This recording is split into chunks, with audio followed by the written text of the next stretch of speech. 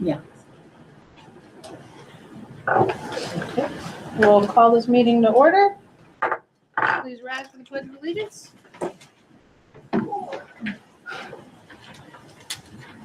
I pledge Allegiance to the flag of the United States of America and to the republic for which it stands, one nation, under God, indivisible, with liberty and justice for all. Jenny Rickray here. Janet Lloyd. Yes. Maggie Weimer. Here. Randy Hayden. Here. And I see Mari on the Google Meet. Yep, I'm here.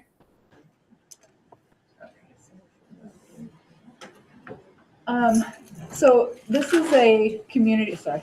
Go ahead.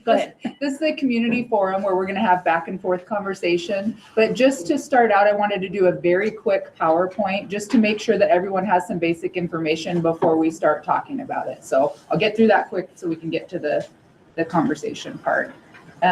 Also, if you want to speak, we do have a sign up just to make sure that everyone that does want to speak has the opportunity.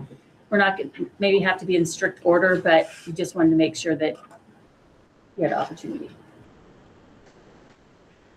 So, the slideshow's going to be kind of small up here, and feel free to interrupt at any time if you have a question. So we're here to talk about our educational programs and operations levy. I'm sure everyone is aware we just ran the levy at the February ballot and it failed. So now we're here to talk about what our next steps are, what we want to do now.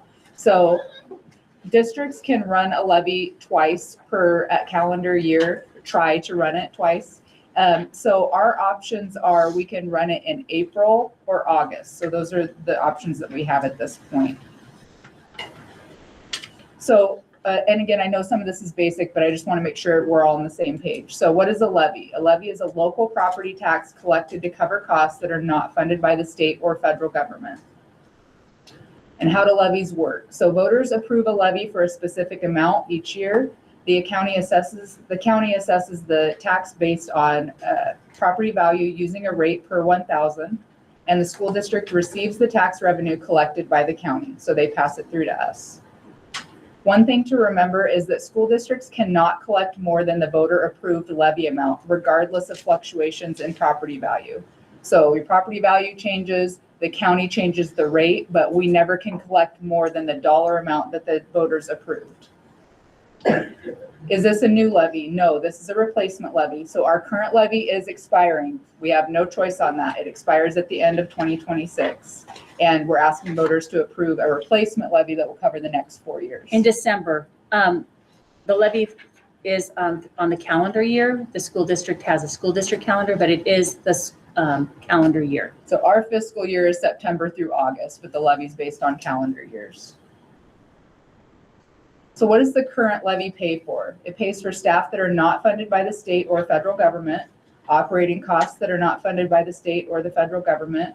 All of our athletic programs are covered by the levy, which includes our community center rent and the heat that we provide, free meals for all students as part of our community eligibility program, and substitute teachers are another example that are not funded fully by the state. So for example, our funding for our classified staff does not meet the level at which we need to run the school. And so that is one group that is heavily funded by the levy. And again, for the free meals for all students, we do receive federal money and state money for our food program, but there is a cost to the district because of the amount of staffing it takes to operate the program. There is a cost to the district. So it does help make sure that happens. Give an example of what would not be funded by the state or federal government that would be an educational goal point that I would want to see accomplished with that money. So the way our funding works, most of our funding comes from the state. And so we report our student FTE numbers to the state.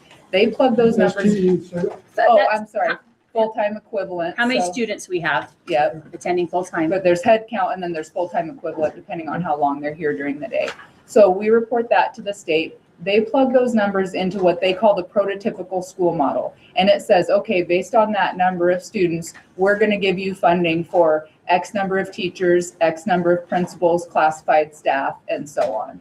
So that's how that works. But the prototypical school model does not fund enough positions at what we need to actually run. So every district staffs above what the prototypical school model provides. So just from last year, an example, for teachers, the state allocation was 28.285, and we had 33 teachers. For classified staff, and I'm talking about just basic education staff, the state funded 8.847, and we had 28.66. So classified staff just notoriously are very underfunded by the state. And classified includes food service, custodial grounds, Anyone who paras. Anyone who doesn't have a teaching certificate. So I'm the business manager Maintenance. for the school district. I'm a classified staff member because I don't have a teaching certificate. So, and then for admin staff, that's the one area where we are staffed closely to what the state provides. They provide 1.874 FTE and we have 2. So, just to make it a round number. So those are some examples. Answer your question? Somewhat, yeah. So Tracy mentioned, we do have federal and state money for the community eligibility program for students. Last year, the district had to contribute about $140,000 to that program to continue to have that. Substitute teachers, I use that example too, as something where we're not fully funded by the state. We get about $15,000 per year and we pay about $90,000 per year for subs. So that's something that we have to find another way to get that revenue. And we're not overpaying subs. We actually pay at a fairly low rate. And that can be a challenge sometimes to get subs. So this chart shows the breakdown of our revenue. So 80% of our revenue comes from the state, 9% comes from the federal government, and 11% is locally funded. The vast majority of that is from the local levy, but there are some small amounts in there, small local grants, students paying fines and fees, things like that. So One thing, because now all of our students receive meals at no cost. I don't like to say free because there is a cost to our public, but at no cost. Years ago, we did not qualify for the grant, and so students and families had to pay for their meals. We are carrying how much debt from families that did not pay for their meals. And so now as they graduate, we are collecting fees from students who still owe money in the food service program. So we do try and collect those fees that are still owed to us, but the only way we can really end up getting them is when they're seniors. Because even though we send the bills to the families, we talk to the families. What, I don't get that one. So the way Just that like handing out hamburgers on the corner? No, but students would come to school to eat and they don't qualify for lunch. They didn't qualify for free and reduced lunch. And so we would feed them a lunch because students are here all day. And then some of the families wouldn't pay. A lot of the families did pay, but some did not. And so we are collecting that money. Now that they are graduating, we are still collecting funds. They'll come over as seniors and pay their bills. Sounds like a kind of crazy business model. Well, I mean, the other choice is for those students who were on paid lunch, who maybe their parents just didn't want to fill out the paperwork for free lunch or just choosing not to pay. We have to say, no, you don't get to eat today. So is that part of the education thing? Everybody gets a breakfast and lunch now for education? in our school, because we're community eligibility program, because it's a program we qualify for now. We qualify for a new program that allows us to receive funds for breakfast and lunch. What is that, a poverty metric? Yes, Okay, all right, it is. got it. So you wait until senior year and you say, no pay, no diploma. Well, so when we had the old model where it That was was for years- community eligibility, so I would get those reports and I would call the families and say, hey, you have this balance you need to pay. And unfortunately, a lot of families would say, no, I'm not gonna pay that. And so then the balance sits there until, like Tracy said, they get to graduation, and then we have some leverage to say, you really need to pay this bill, and then we collect it at that time. Yeah, So no money, that's, no diploma. so that's kind of what happens with The that. educational piece on that is that kids that aren't fed don't learn well. So that's the educational Yeah. piece of it. So that's just a side note of how the program really is supporting our students in an indirect way. But we are still working to get that money that is owed to the district. So we're a poor community and we're feeding our kids to bring up the educational equation, which is a good idea. We're poor. And that matching money, is that funded by the state? Or is That's a levy out? local money. Local money. So you said we qualify. Explain that. We qualify for, We qualify for the community eligibility program, but unfortunately, it doesn't pay for the full cost of running our food service program. Because of staffing, because of food costs. In the last couple of And the years, our hours- food costs have skyrocketed, As you like know. everyone knows. So it's a lot more than we used to have to contribute to that program. Because our reimbursement isn't at where it needs to be to cover the full bill. How much money are we talking about? It's 140,000 last year. That That- was owed, not That- collected? No, that we Oh, contributed that to we the program with local funding that wasn't covered by the state or federal government. Yeah. How much is owed, not collected? I'd have to look up, I haven't looked at that report in a while because we've had free meals for all students since 2020. And so it just sort of sits there. Oh. Until the kids get to Yeah, I'd graduation. have to run the report. And then- to see. Yeah, Okay. yeah. Okay, so here's a history of levy rates. So the blue is the four-year levy that was from 2015 to 2018. So you can see this was prior to the McCleary decision. So our rates were much higher at that point, all school districts were. And when McCleary happened, the state said, okay, we're gonna limit what you can collect in your local levy. That's why you see that rate go way down for the beige there. But we're gonna give you some hold harmless money. And you can have that will give you some time to then later increase your local levy again. At the time that we were able to increase the local levy when that hold harmless money ran out, COVID happened and we had ESSER funding at that point, which was federal funding related to COVID. And so at that time we said, even though we can run the levy for a higher rate, we're not gonna do that because we have this ESSER funding that will fill that gap that we lost from the hold harmless.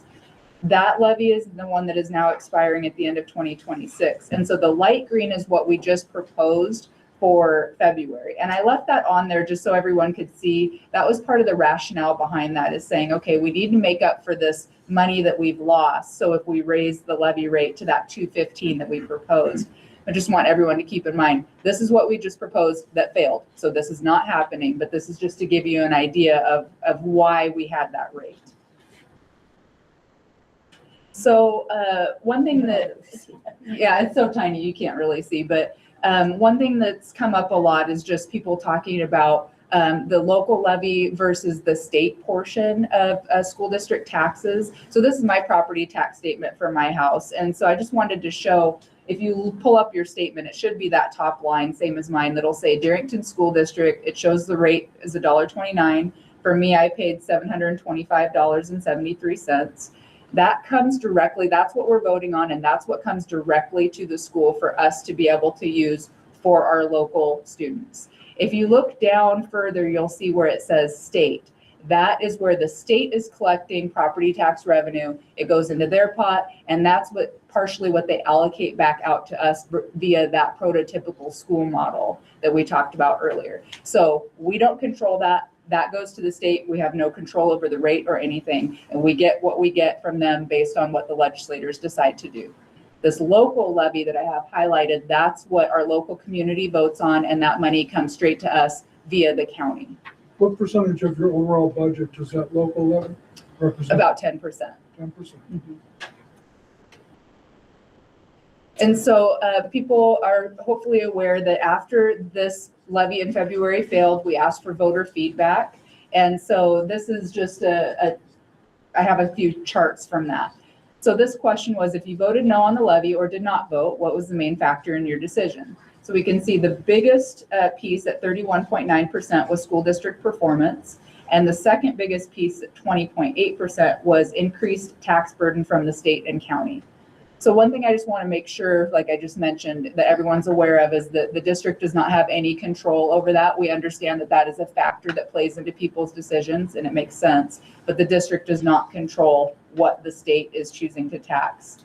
The next biggest chunk is kind of that purple one. That was I voted yes. And then all the other pieces are everyone plugging in their other reason for why they voted against it. And there's a lot of different reasons. This is all public information. Anyone can have access to this information. Just let me know. So say again the two biggest concerns, Number one was school district performance. i.e. outcome per student. I assume, The test scores. yes. Yeah, okay. Number two was increased tax burden from the state and county. So the second question, what is your highest priority for changes you'd like to see made at the district? The biggest chunk at 28.6% was increased discipline and increased student accountability. And the next one down at 9.2% was reduced use of technology in classrooms. Reduce technology. Like time on Chromebooks, laptops, things like that. That was what people said they want to see different. Right. What, do you have a question? Oh, sorry. I'm trying to sort that out in my head.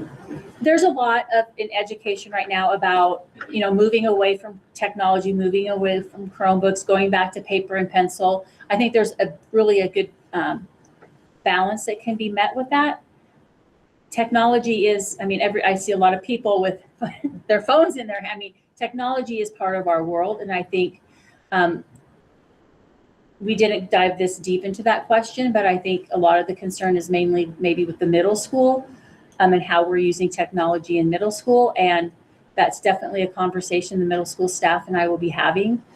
But however, there are, projects that are accessible through Chromebooks and making PowerPoints and different things. So I need to get a little more information from the families on what exactly does that mean. Yeah, because it doesn't really. It's kind of broad. And we have already addressed it in the primary grades, and I can talk later about, because it does have to do with performance. Our primary students or elementary students are struggling with the phonics, basic reading skills. And so we reached out and brought in a trainer for phonics training to boost that area for our teachers. We purchased a very economical, it was like $50 program per classroom to start implementing K-5, the fifth grade mainly with for our small group that needs more support. But we are making that change, and to make the time available to really spend that block of time on the phonics, we're moving away from having the kids have to get their iReady minutes in the reading pathway. We're sticking with the math pathway. You need to explain. iReady is our math curriculum, and then our reading assessment. That they And do so on the Chromebooks. So listening to what the families have said and the teachers regarding the Chromebooks in the K, especially K2, making a shift to having more direct instruction and taking that time from the Chromebooks and putting it into that direct So instruction. the Chromebook is actually taking the place of student teacher. Sometime, it's small group. Is that So iReady has a pathway, and it's geared for just 10 to 15 minutes a day of instruction at their instructional level. So the teacher it's is still in the teaching a gap. lesson at the grade level, but if that student is behind, then they get to go on their personal pathway on iReady and work on that might not be at the same place that the teacher is teaching the class as a whole. But that's K-8. Pathways aren't in high school. Okay. So Yeah, we I'm want, just gonna say, that's, the stuff on the Chromebook is only to Yeah, to meet the student where they're at. The teachers are definitely teaching the grade level lessons every day. And the community wants less of this, is that what I'm hearing? I think maybe some parents misunderstand that it's They like want less. 15 minutes a day, but if they want less, but Yes, that it. That's what we're hearing, less The time on goal, the the correct. goal was just to fill in the gaps for the kids that were struggling, to give them lessons at their level. It's never replacing the teacher.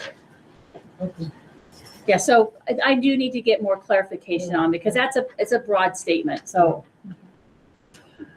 So the next question was, if the district runs the levy again in April, what would you prefer? 70% said run it at a lower rate than we proposed in February, obviously makes sense because it failed. Or versus 29% run it at the same rate. And then we also had a question where people could just put in whatever information they wanted us to know. There were, I think, over 100 responses that we got. So this AI sort of summarized it. And so you've got some general topics that it summarized it into, which was the levy rate and the timing. People were saying that the rate jump was just too much. Some people suggested doing a lower rate and maybe just a smaller increase. Some people have suggested running the levy in August. There's concerns about that, but we'll talk about that. And also that running it in April when people are paying their property taxes may not have a good outcome. So that's something to consider. Technology and curriculum, opposition to the extensive use of Chromebooks and iReady, especially in elementary and kindergarten, with calls to return to hands-on learning, bringing back computer labs and changing the curriculum. Discipline and safety, people would like to see a consistent progressive disciplinary actions, improved handling of bullying and clear consequences. For example, in-school suspension or sending students home. Those are high priorities, with a need for increased support staff to work with small student groups. Generic non-student specific discipline report for parents was suggested.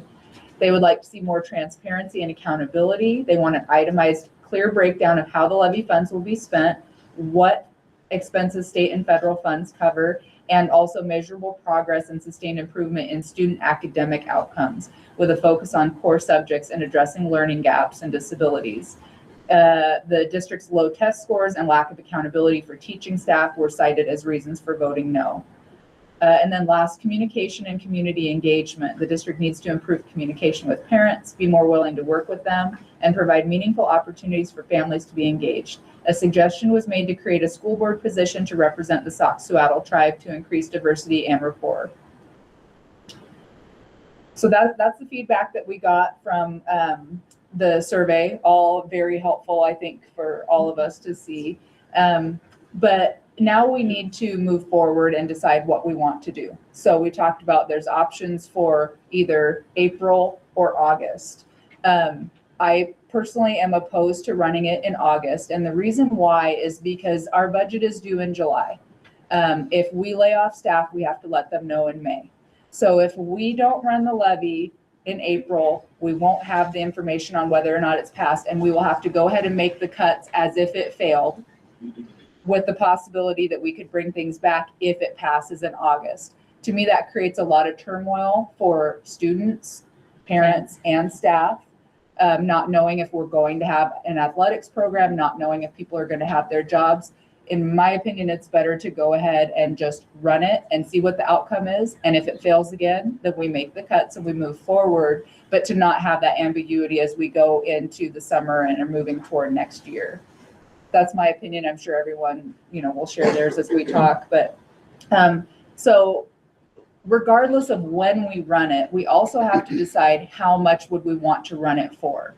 So have some different options, and they're on the piece of paper up here too. These are just ideas. It's ultimately up to the school board at the next meeting to vote and decide what they want to do, when they want to run it, and how much they want to run it for, or not run it at all.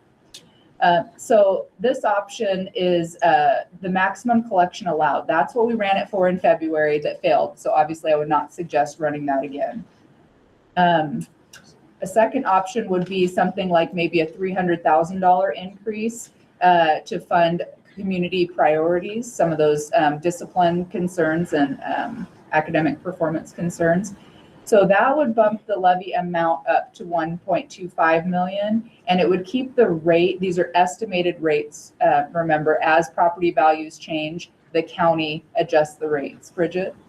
But Nancy, earlier you explained to me what that 300,000 would actually get us? And It depends on, it depends on what the community and what the board decide they would want. 300,000 is a number that I threw out there because a teacher salary plus benefits on average is gonna cost us about $150,000. So So that's actually 300,000 more yes, it would be continuing the current levy plus amount 300,000. plus 300,000, which would fund basically 2 teaching positions. So if we said, we do want to have that TOSA that we talked about to address the discipline issue, or if we say we want to have an additional teacher to address class sizes or split classes, and that again is Or up another counselor, because Can I right, clarify things for you, Dale, because that 300 more is what we're currently paying, but we're losing the ESSER funds, so in actuality, it would still be less money than what we're getting now. You're losing the Last extra funds. Last That's year. the Last federal- year we did. That's the federal money on that first chart you saw. So That's the federal money. So last year, we finished spending our ESSER funds, so that's why we made some pretty significant budget cuts going into this 25-26 school year that I think most staff are at least aware of, the community may not know. It's federal money. it was the, COVID from money. COVID. Okay, cool. So So the we've COVID really, money went we away. held on to our COVID money for a long time, and it finally ran out. Right, we spent it We slowly. spent it slowly and very wisely in my, but it's gone now. And so we have to make a decision. So we made major budget cuts going into This this year. year. We've already cut for that. But the reason we had proposed the increase on the levy in February was to try to add some of those positions back. So we are down to, prior to this year, we had 2 mental health counselors for our students. We had one that focused on the 6th through 12th graders and one that focused on the K through, How many students? we have 425, You have, how many mental health for that number? 2. Well, I went to a high school, we had 1,000 kids. And we had one. One. back in the day when we got in trouble. Different world. 1,000, 40 students per teacher. It's a different world. Yeah, why? So I'm just telling you what we cut. We cut, librarians, we cut, support in the libraries, we cut classroom teachers, in middle school and elementary and high school. So we cut teaching positions as well. And So- groundskeeping and mechanic. Yes. So those And were bus cuts that route. we already made moving into this year because that ESSER money went away. And a bus route. Yes, and a bus route. And so, like I said, these are just options. It doesn't have to be 300,000, could be less than that, could be more than that. We'll talk about that. This is just to give you an idea. If we did that, if we said, hey, we really want to have 2 teachers or a counselor and a teacher, whatever that looks like, okay, this is what it would cost and this is what it would do to the levy rate. So that's just to give people an idea. These are not set in stone at all. And that puts the rate at around, $1.50 on average. And it's currently at 129. Yes. Yes. Yeah. And so another option would be if we say, okay, we just want to continue what we have now, nothing more. The school districts gets $950,000 a year. That's what we're getting now in the levy that's expiring at the end of 2026. If we do that, because property values have gone up, the estimated rates are, in that 119 down to 104 range because property values are expected to go up as we move toward 2030. Another option would be, we say, well, we just want to keep the rate the same. Again, the rate's going to fluctuate based on property tax values. So what voters are voting on is the dollar amount. But if that's what we were shooting for, these are the dollar amounts that it would generate, a little over $1 million to 1.1 million. So it's a small increase from what we have currently. Another option, no levy. I've heard some people say we don't need a levy. So then that means that from next year's budget, we would have to cut $950,000. And that was a piece of feedback that I got from that voter survey too, is that we need to be very clear. That's not a threat in any way. It's making sure everyone knows what we are talking about. If we don't have the levy, what we will have to cut. So that's just trying to communicate that information. So that's an option. So here's a calculator that you can use when you look at those different rate options. Like I use the $1.29 that we have now. If you have a $500,000 house, you divide it by 1,000, you get 500, multiply that by the current rate, and that gets you $645 a year that you would be paying, that you are currently paying if you have a $500,000 house. And that's the levy that's expiring now. So now we can open it up for conversation. And again, other people will go list these, but just to make sure these folks get a chance. Dale. We did. I voted no for the levy, and here's my concern. I was greatly concerned with outcome and the number of students per teacher and the cost spent per year in tax inflation adjusted dollars that has gone historically, and the outcome is pretty much flat. We throw more and more money at something and we get nothing back in return in terms of outcome. At the same time, this is a poor community. This is a very poor community, and we qualify for free food because we are poor. Given that metric, with what's going on with increased cost of food, gasoline, housing costs, Insurance. everything going along, I can't even afford to eat hamburger anymore. I can't. I've made some major cuts in my budget. And so when I look at for what I've done with my budget, and then I project that for outcome, and somebody's coming to me wanting me to lay another golden egg, I'm egged out. So I've had to make cuts. I've had to make a lot of cuts. I don't go on vacations. I don't eat red meat anymore because I can't afford it. And then outside of that metric, as the housing price goes up, less and less people can afford it. They can't afford their rent. They can't afford to own the home. And then on top of that, the tax base goes up with it. And then I look at the other thing. Historically, education, public education, has been to equip the student for the workforce that's projected to be up and coming when they're graduating.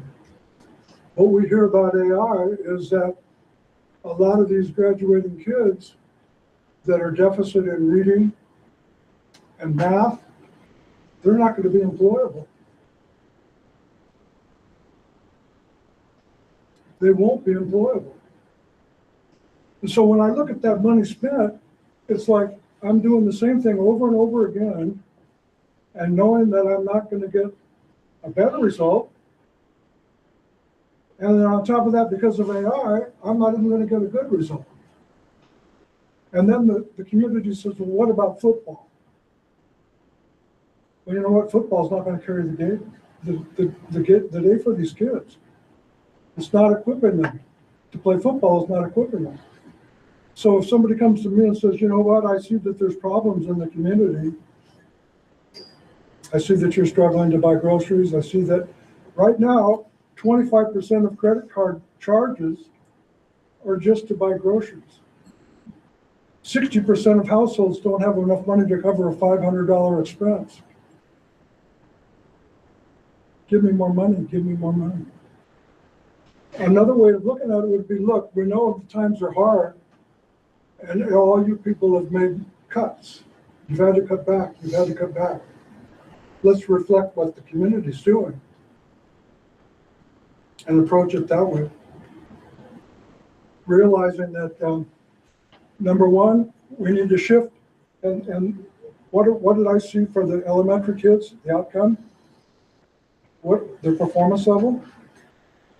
I mean, and then saying these kids going forward in another 8 years are gonna be competing against AI on a job that no longer exists. And then we wonder why there's so many homeless people sitting on the streets in Seattle fixing fentanyl. When you have nothing else to lose, when you can't make it to the American dream, when you're not equipping these kids to function. We did education in the early days because of the Industrial Revolution, equipping the kids to work in that environment. And what are we equipping them to do now? Play football? I don't think that's gonna work.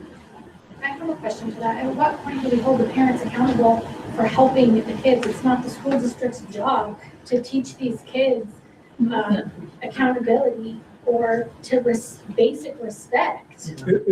It's a partnership. It's a partnership. It's I a agree. partnership. And so when you're coming, It is, but it's hard to So enforce if it's not being backed up at home. I would like to, yes, our scores in the elementary on our state assessments are low. They are. As they move into high school, you see that they are hitting very close to the mark, to the state, where the state is at. And so I hear that concern. And that's why we're looking at different programs to support our younger readers to get them up where they need to be. and another suggestion that I would make, you know, AI is not gonna be able to replace an electrician or a plumber or a roofer or a mechanic, The trades, yeah. but they're gonna be able to replace people that can't tie their shoes and do math and can't read. You know, nationwide, we read at a 6th grade level. We're heading toward a train wreck.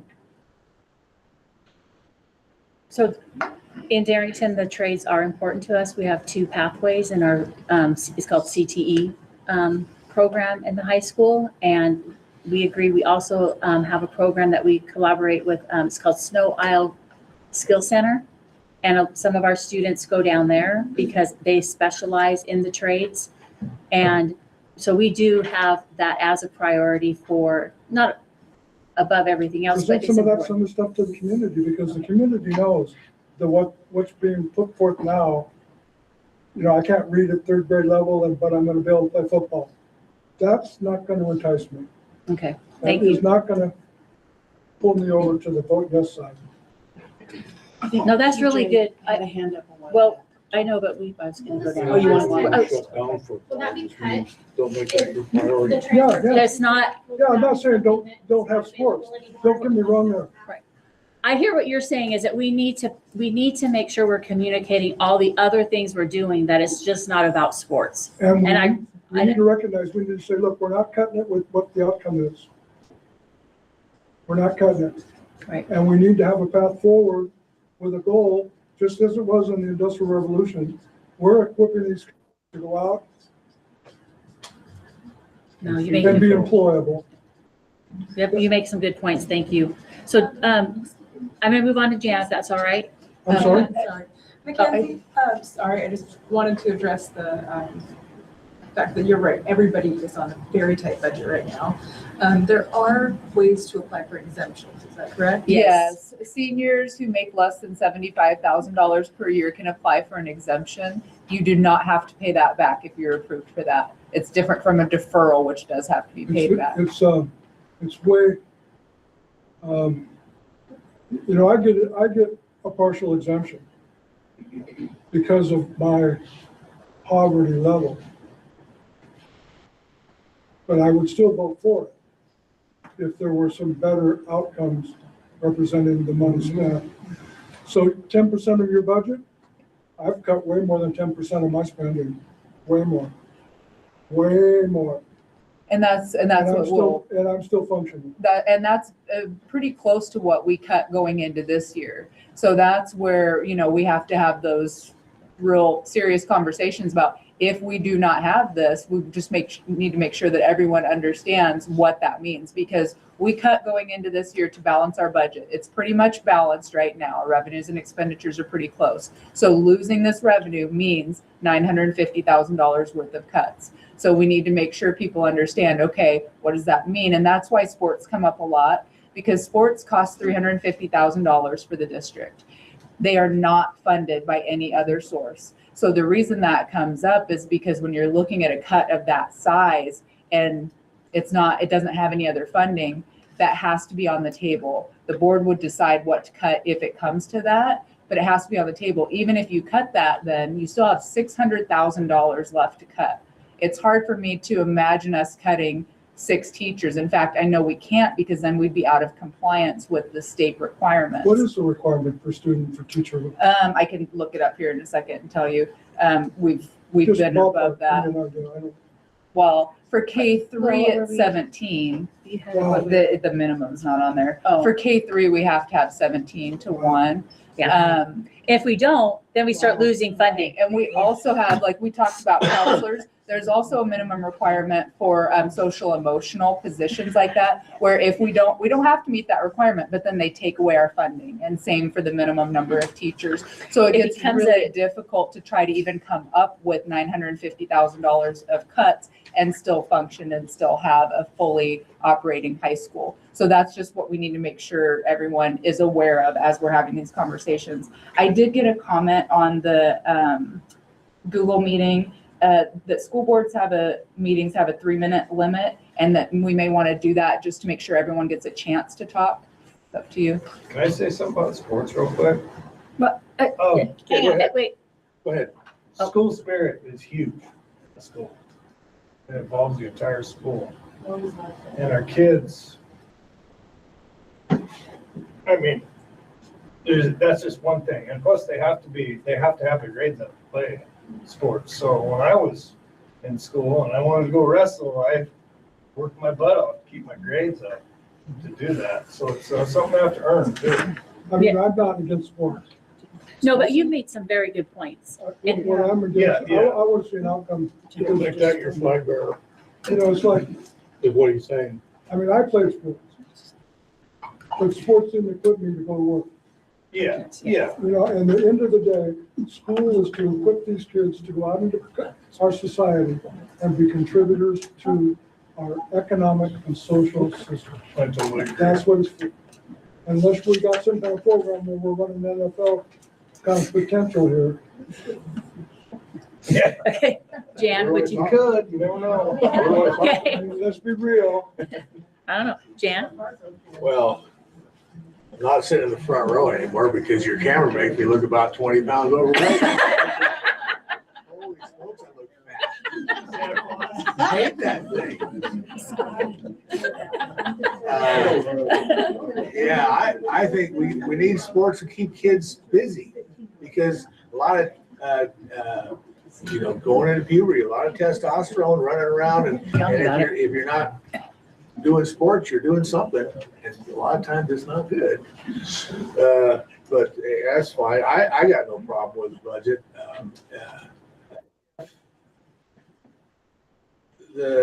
What I see here is reading proficiency. Elementary is 27%, and 57% for high school. Math proficiency 17% for elementary, middle, and 24% high school. And that's just not acceptable. I mean, what, you guys have the kids for 7 hours a day, right? And I don't know what you're teaching. And I don't know about this blaming it on the parents. My parents never helped me with my academics, but I only graduated like a 3-point or something, or 2-point. I don't know what it was, but I never worked at it very hard, but I got through. And like Larry said, to play sports, you got to keep your grades up. The one thing too that kind of bothers me is that there's no consequences. It doesn't seem like, at least not fair consequences. I know that there was a basketball game down there, that last basketball game, and a couple of our teammates got in a fight on the sidelines during the game, and I don't think anything happened to them. Shouldn't there be some sort of a punishment for that? I can't speak to what consequences will occur for students. I have to be very careful, especially in a small community. But there are consequences for student actions. I just can't say legally. I have to be very careful on what I share. And so that's, Yeah, I understand, but you know. Is there consequences? Is it Yes. yes or no? yes. Well, that's answered it. I was taken down at the well room a couple times for swats. I don't see anybody bringing out the Board of Education anymore. Yeah. Okay. Legally. Okay. And I realize you're hamstrung by the state now too. 15-to-1 student ratio, that's pretty, 17 to 1 For and K3. Let me For K3. pull it up. yeah, I mean, and you got paras too. In addition to that, right? They help out, so you actually got 2 teachers. when we do small groups, not all day. There was a time in our district that we did have a para educator in all the elementary classrooms. That is not the case now. We have para, unless an individual student has a one-on-one. We have paras that a one-on-one is a student that requires one-on-one support. They have an IEP and that's funded through the IEP process. So, We do have paras that go into classrooms and will pull small groups, or the teacher will pull a small group, the paras help all the rest, or they're both working with small groups for shorter periods of time throughout the day. Then there's recess coverage, lunch coverage. So why are the scores so low? Well, I think part of it is that our phonics program was not hitting this, supporting the students where they needed to be. I also don't think that, I'm sorry. And mathematically, Well, that for first for phonics. And I also don't think, one thing that we haven't done that we are going to start doing is they're called interim assessments. That before you take the state test, there are practice tests and tests that help support students in what skills are taught on that test.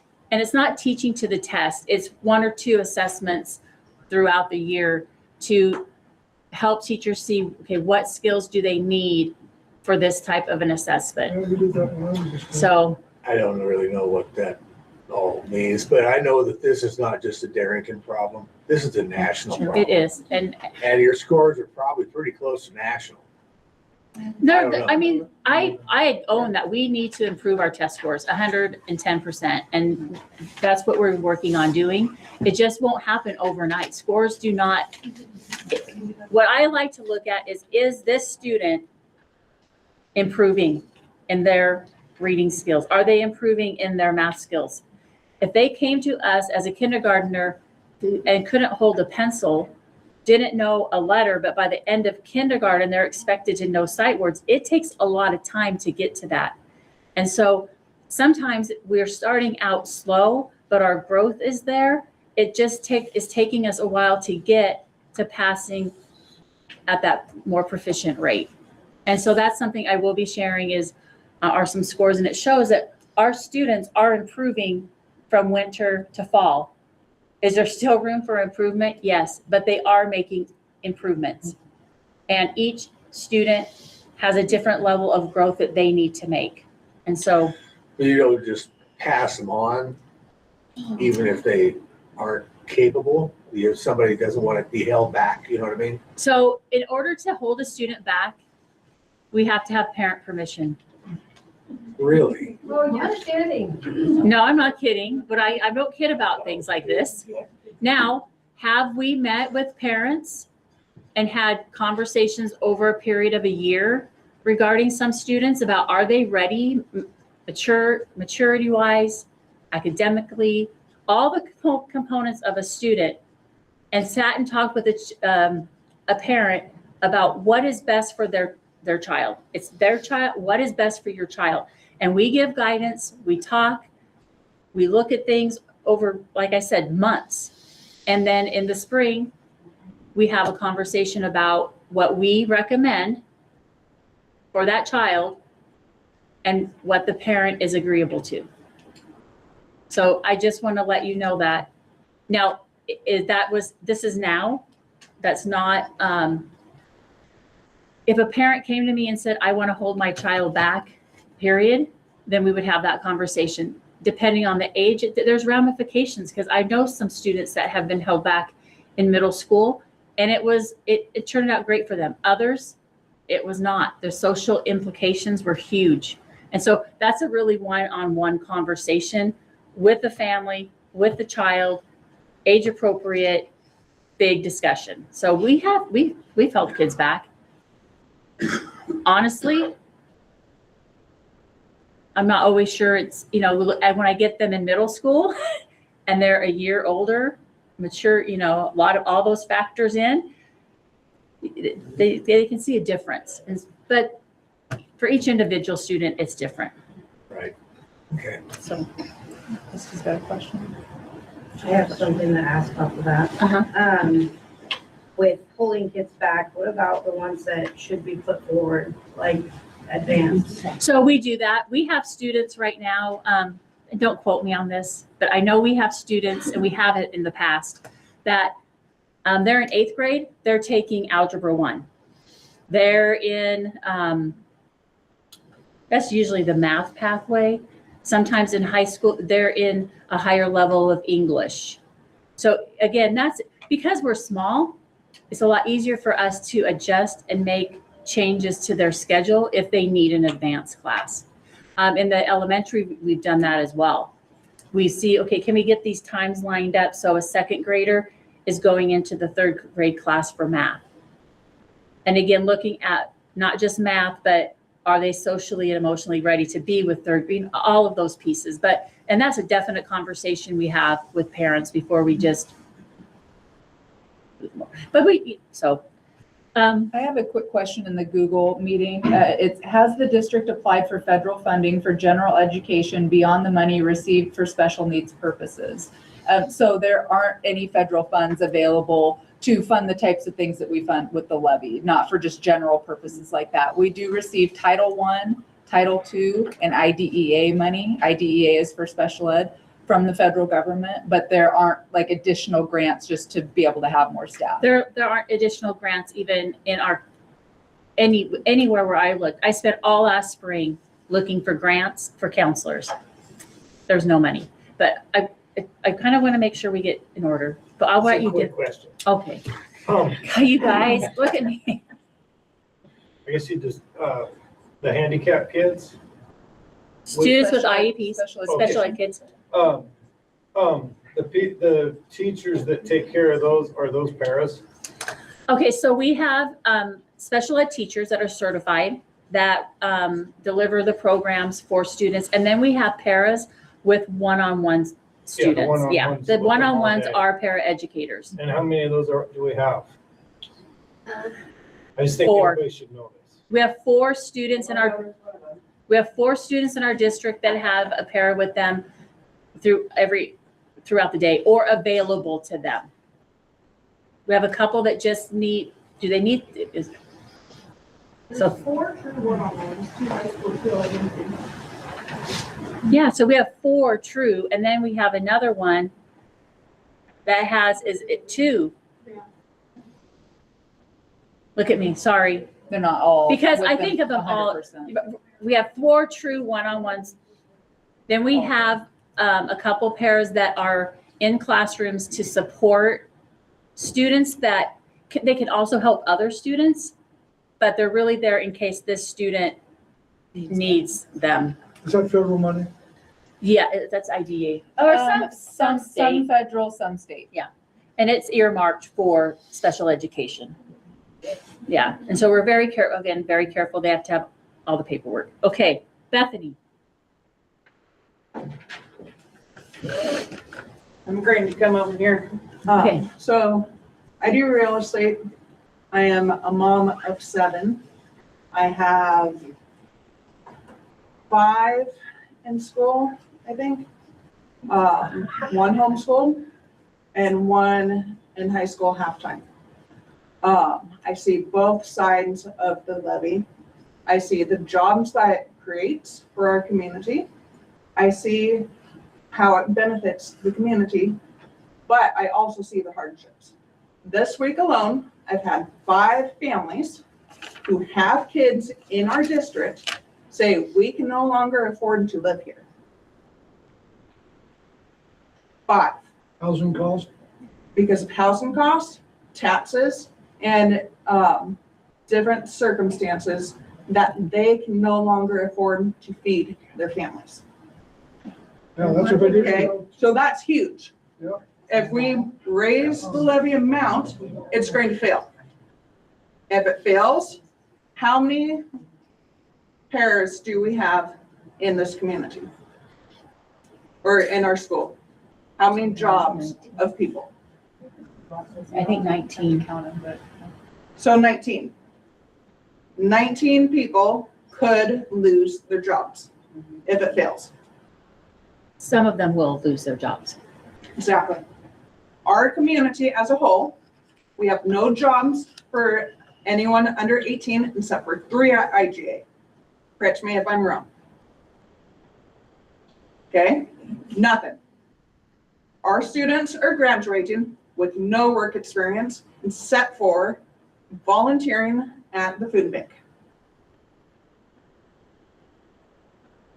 What can we do as a community to fill all of these empty buildings and create jobs for our kids?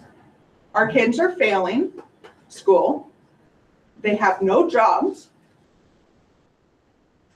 And then we're sending them out to the community and they're leaving. And they're not coming back. We have Hampton. They can work there at 18. Do you know how many people got fired at Hampton when my husband worked there for 3 months? 6. In 3 months, 6 people got fired. What can we do? People don't want to work either, so don't. I understand that. If you're gonna use Hampton as a That's not even example true. in this specific But aspect, as a community, lot of it goes into that, correct. But how can we raise up the next generation of kids? They want to work, don't you? Yeah. All of you. Yeah, I do. Can you get a job if you don't have one? If I lose my job, I have exactly one other place I can go until I turn 18. What about driver's ed? We used to, we don't have it anymore. You have to drive all the way down below. Yeah. Okay, you guys, Abra and Lee, can you get to your drives? No. Can you get your license without your drives? There's a problem. Why was that from? I thought the parents had to pay for that. They did. We did, but we still have to go down to Arlington now for my kids to take a driver's ed. Become more expensive. But So, Okay, I don't know. so to answer that question, you have to have somebody who's willing to do it. And I think that brings up a point too, that I think we've had a lot of conversation about as we're talking about making cuts and ways that we can make the budget work. I hear a lot of people saying, just get volunteers for that.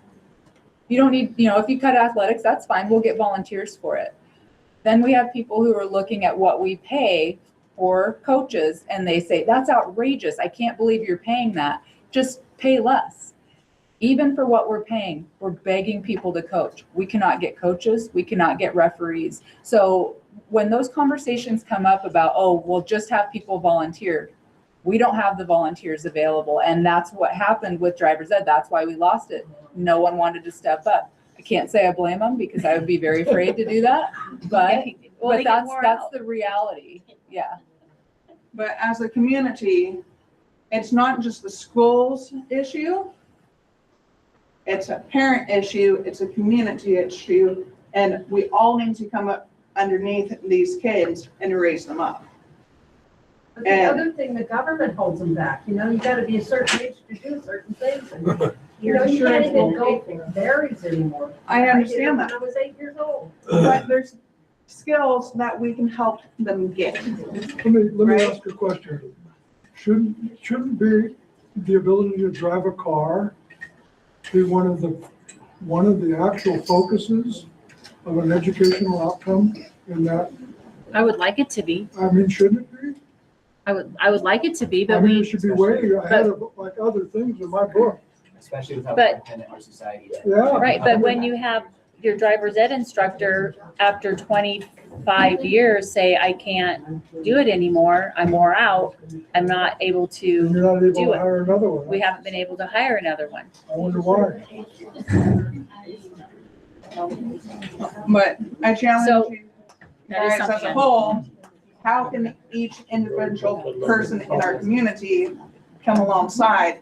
Because all of the parents, all of my age, both parents are working. It's on. During summer, I see 7-year-olds walk around town and there's no parents watching them. They are working full-time to make the bills. Yep. They are not available to help with the learning after school. The community as a whole, we need to step up, like, during OSO.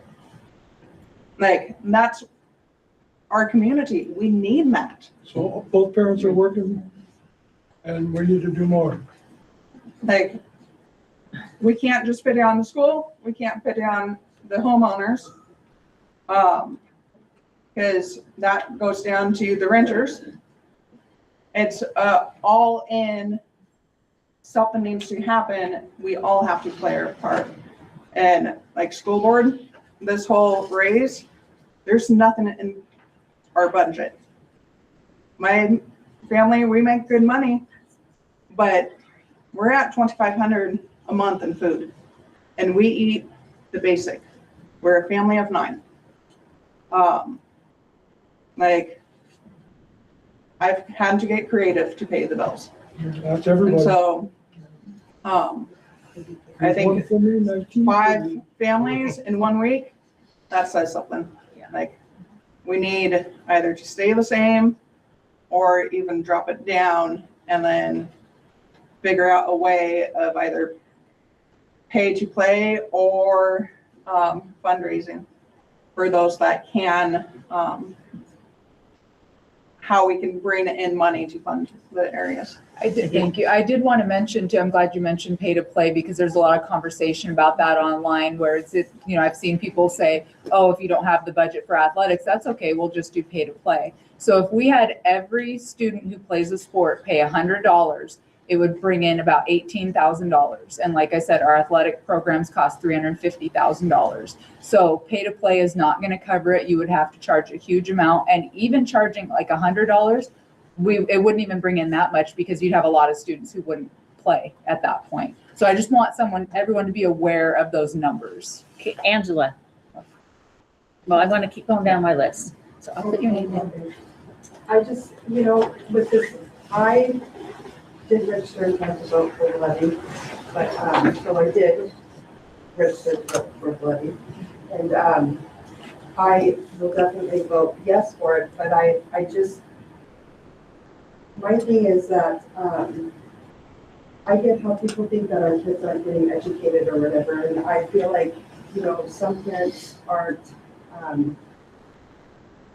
maybe taking the time to help their kids be accountable for the stuff that they're not doing, It's not all the teachers' fault, it's not all the parents' fault, but, I know with my child, I am 100% involved all the time. I mean, she's a kind of a hard little child sometimes, but she's definitely her own person. But, so I just feel like if we didn't have this levy and we didn't have $1 million, everybody's so concerned about the teaching and everybody that's gonna be here and the education stuff, but that's gonna go away. It'll get worse before it's ever gonna get better, So if we don't have that money, then all these teachers, all these parents, all these other, lose more stuff than what they have, than what we're losing now. So do we want to get worse or would we like to get better? And, I feel like us as a community need to speak up more of, okay, if we have our concerns, then we need to call Tracy and talk to her or whoever, I know for me, if I had a complaint, I went straight to Mr. Stofferson. I didn't even bother giving a call. I went straight to her office, That's just who I am, and if I have something that's troubling me, then I go straight to the source, I don't sugarcoat anything, and so I feel like if you have a problem, then why don't you just address it right then and there? And, you know, I really just wish that people would take a look at, you know, I'm not saying sports or whatever, but I think these kids need something to be able to look forward to, you know, instead of just being in books or on the Chrome all day long, you know. I know for me, when I was in high school, when I played softball, when I had the best grades was when I knew that I was playing softball, you know, and I knew that I had to do my schoolwork more than ever at that time. And because I wanted to be able to have something extracurricular to do. And, you know, I don't want to see kids go down the wrong path because they don't have any of that stuff to do. That was part of my struggle growing up, you know, so I do want our community to come together as a whole and to, you know, just help these kids out as much as we can, but we have to do it together with the teachers. We can't be against them. You know, we have to be able to work together and figure out what we need to do, you know, together and maybe separate, I don't know, but I think that we do need to ask more questions and we do need to speak up more and just not be so, I think our world is divided right now so much anyways, and so this is just making more of a divide, and I don't want our community to be divided, you know. I mean, I've been here almost my whole life. I guess I'm not like grass-rooted, but I've been here since I was 11 years old, and I love this community, and I love everybody that this community raised me. You know, it wasn't just my mom, it wasn't just whatever, like this community raised me, and I just would love to have that community come back together and just start asking teachers and staff or whatever what we need to do to come together.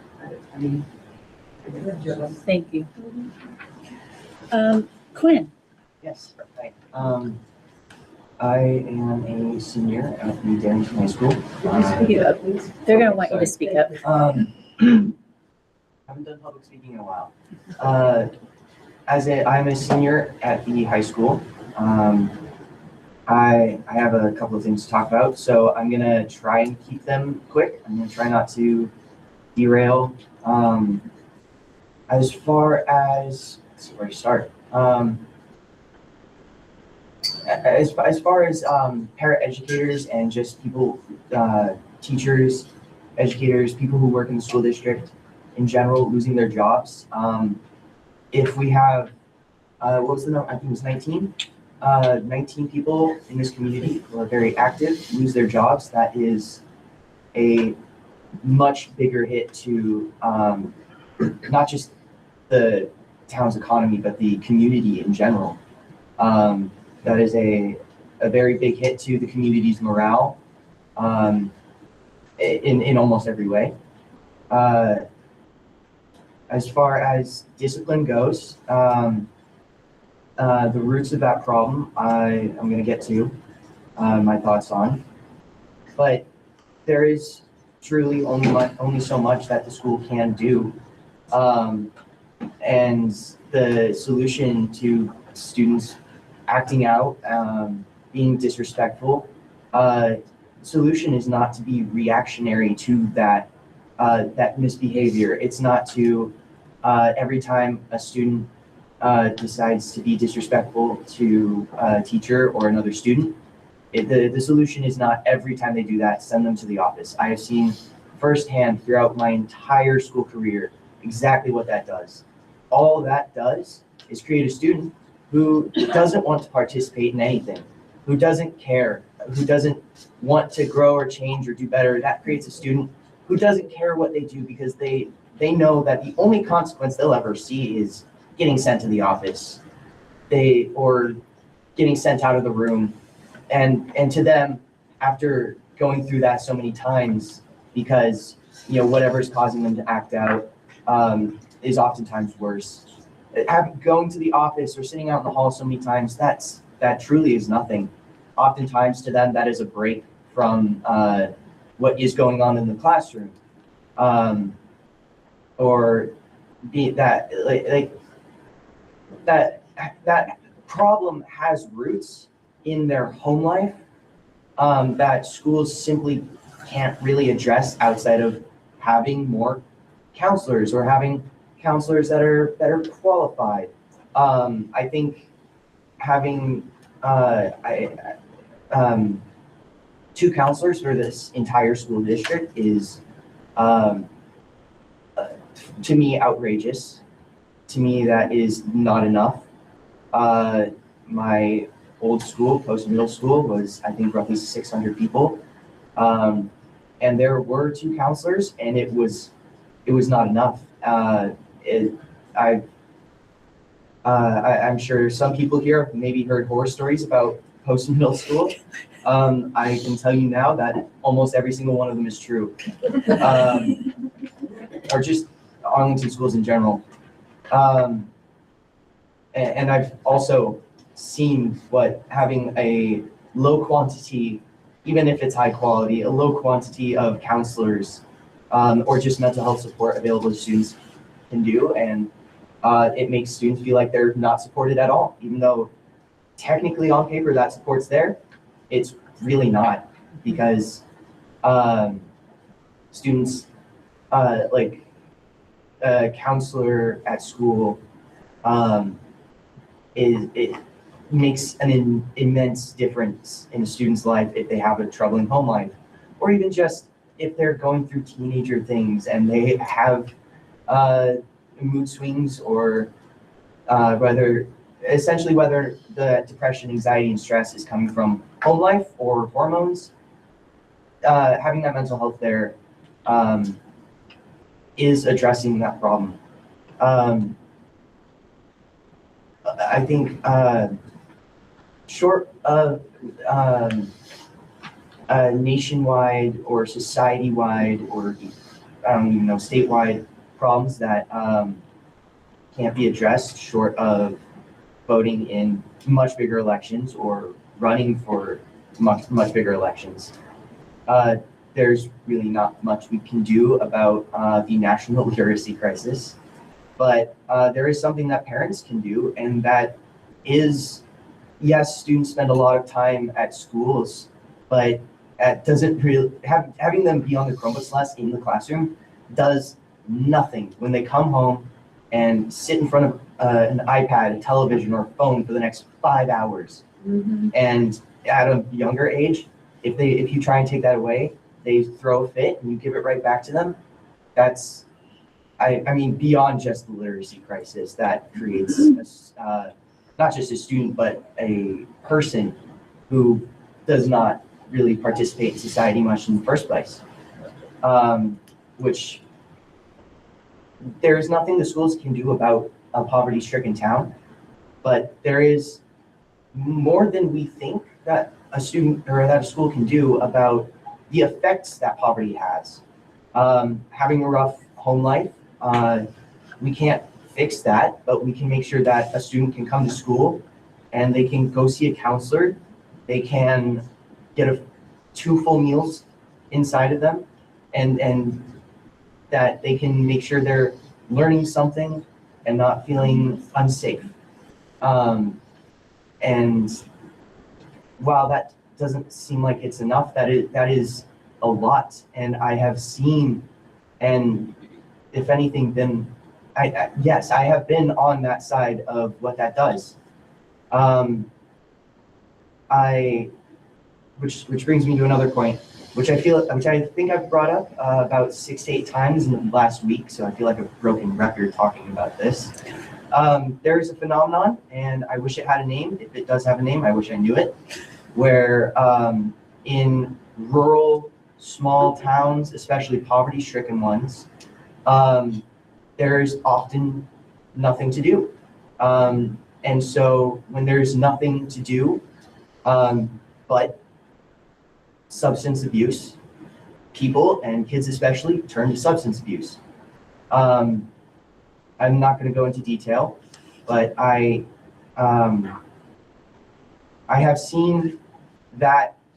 I have been surrounded by that effect, and when there's nothing to do and people don't feel like they're being supported by their society or their community, they feel absolutely zero desire to participate in their society or their community.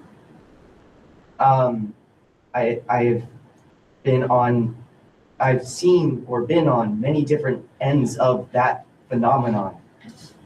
When I work at the food bank, I see clients, or when I worked at the food bank, I've seen clients who I wish nothing more than to be able to help them on a much deeper level than giving them free food. But I know giving them free food is what I could do, and so I did that. You can't do everything, especially as a school. You can't do everything, but what you can do, you should try. And as a community too, what you can do, you should try with every ounce of your being to do. And sports, maybe outside of teamwork and showing up, putting in effort, it may not train kids to go into the workforce, but what it does do is it gives them something to do. It gives them somewhere to go, something to feel like they're a part of, something they want to participate in, or in other cases, a means to a higher education so that they can pursue better parts of the workforce, or at the very least, become a more educated voter. Because at the end of the day, again, this is more of a societal issue, so I'm not going to dive into it, but a democracy does not work when the people who vote are ill-educated or are short-sighted or only care about small things like their taxes, and they don't really.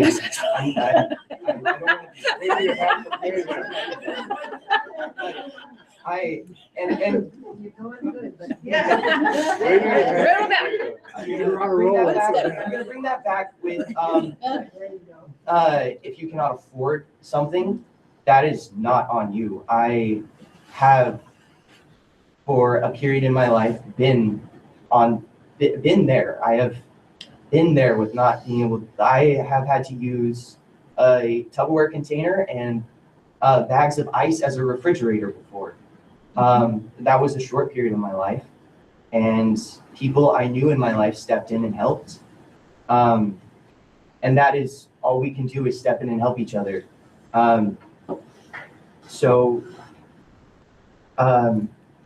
While the literacy crisis in America is happening, and we may not be on the high end of that national average, that's not our fault when people, and society as a whole, but people go home, spend 5 hours in front of a screen, and they outsource their thinking and their memory to AI and search engines. That does nothing healthy for our society. And that's not something the school can do. But what the school can do is provide something for the kids to do, something for the kids to be passionate about, some way for the kids to become educated, to find something they are passionate about. That's all schools can do. Everything else is up to the community to step in. Thank you. Sorry if I rambled. No, you're No, good. Olivia. I have a couple of points to hit, but I have more main ones. The food service is really important to me, and I think the community as a whole. The state funding that we get for food, as stated previously, does not cover the full cost, and the students in turn will have to end up covering that cost. And that means the students' families if the levy fails again. And I have friends saying to me that their parents cannot already afford food with the school provided breakfasts and lunches. And it's just going to cost those families more money if the levy fails. And students might not end up eating properly at home, which leads to like less focus in the school environment. And it's just not good overall. Like, students need food. And the iReady issues and the Chromebook issues, personally in high school, I am on my Chromebook for maybe 10 minutes in total throughout the school day. High schoolers, barely any time on the Chromebook. And for the iReady curriculum, for those students in the classroom, where it is 15 minutes a day helping them on what they need help with, there was only one teacher in that classroom to help those students who are on different skill levels. It's not helpful for a teacher to be teaching the whole class at a lower level, but also those students at the lower level do need that extra help, and the iReady provides that to them, however it is on the Chromebook. And then behavioral issues in the elementary school are a huge problem. I TA in the elementary, and I know Quinn has TA'd in the elementary as well, and it's appalling how some of these students behave. Honestly, it is. And we discipline them. I, as a TA, have disciplined students, and they respond negatively to discipline. And I truly do believe that is an issue rooted in their home life. Because these parents are like at work most of the time, and I do not blame them for that. Parents have to work to provide for their house. But then these students are going home getting little to no discipline. And I have seen kids, like packs of kids just running around, like causing trouble. Like me and my mother the other day, sorry mom to call you out, we were driving down the road, and there was a group of around 8 children, not high school age, middle school and elementary. And as we drove by, they yelled curses at us and flipped off our car. And it's like, where are the parents? This is outside of school hours. What are the parents doing to discipline their children?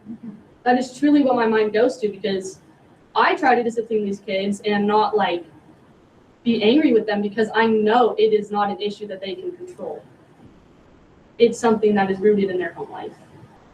But the school, like the paras that we have, those 19 extra paras, do help tremendously, because as I said, it is one teacher per classroom. One extra person can help so much.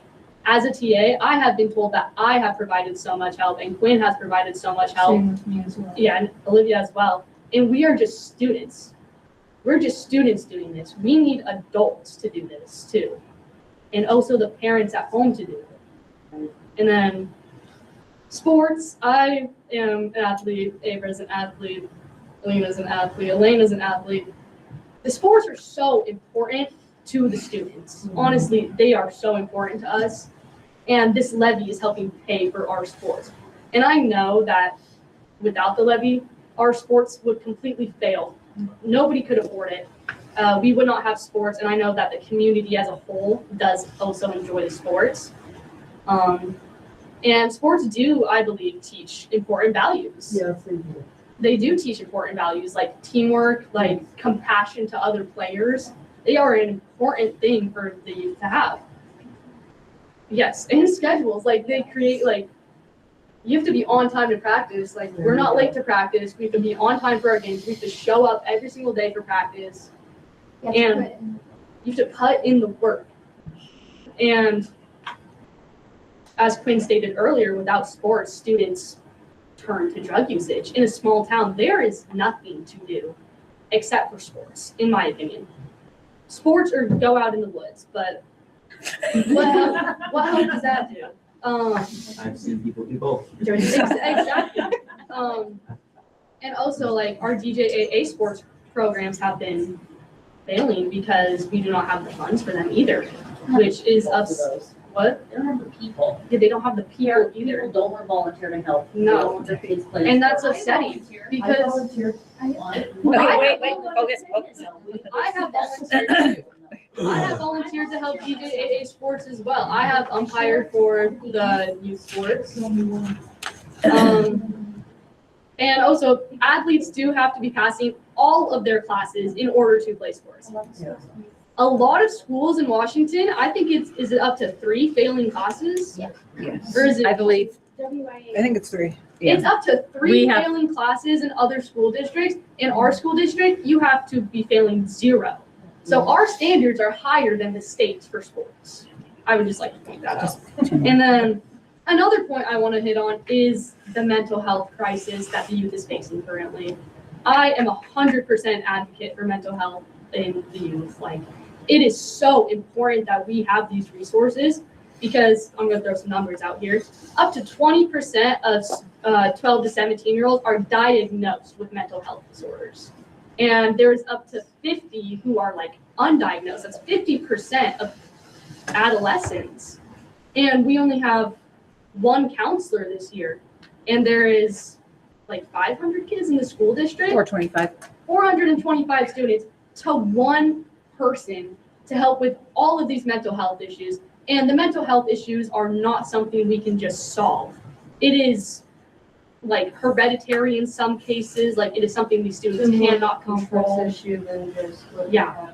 It's like a societal issue, this mental health like crisis that we're in.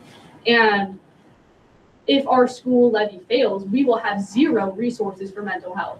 And I think that will have a tremendous impact on our students. I really do.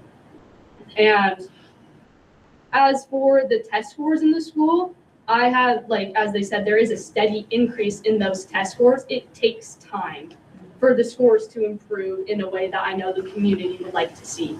But also I have seen in the school, specifically the elementary and middle, these students do not care. They do not put in the effort needed to have higher test scores. They simply do not care. And I believe that is also rooted in the home life. The parents, like, no punishments for academic issues because they believe that lies in the school, but it truly lies at home. Like, my parents engraved in me that school is important. You have to keep your grades up.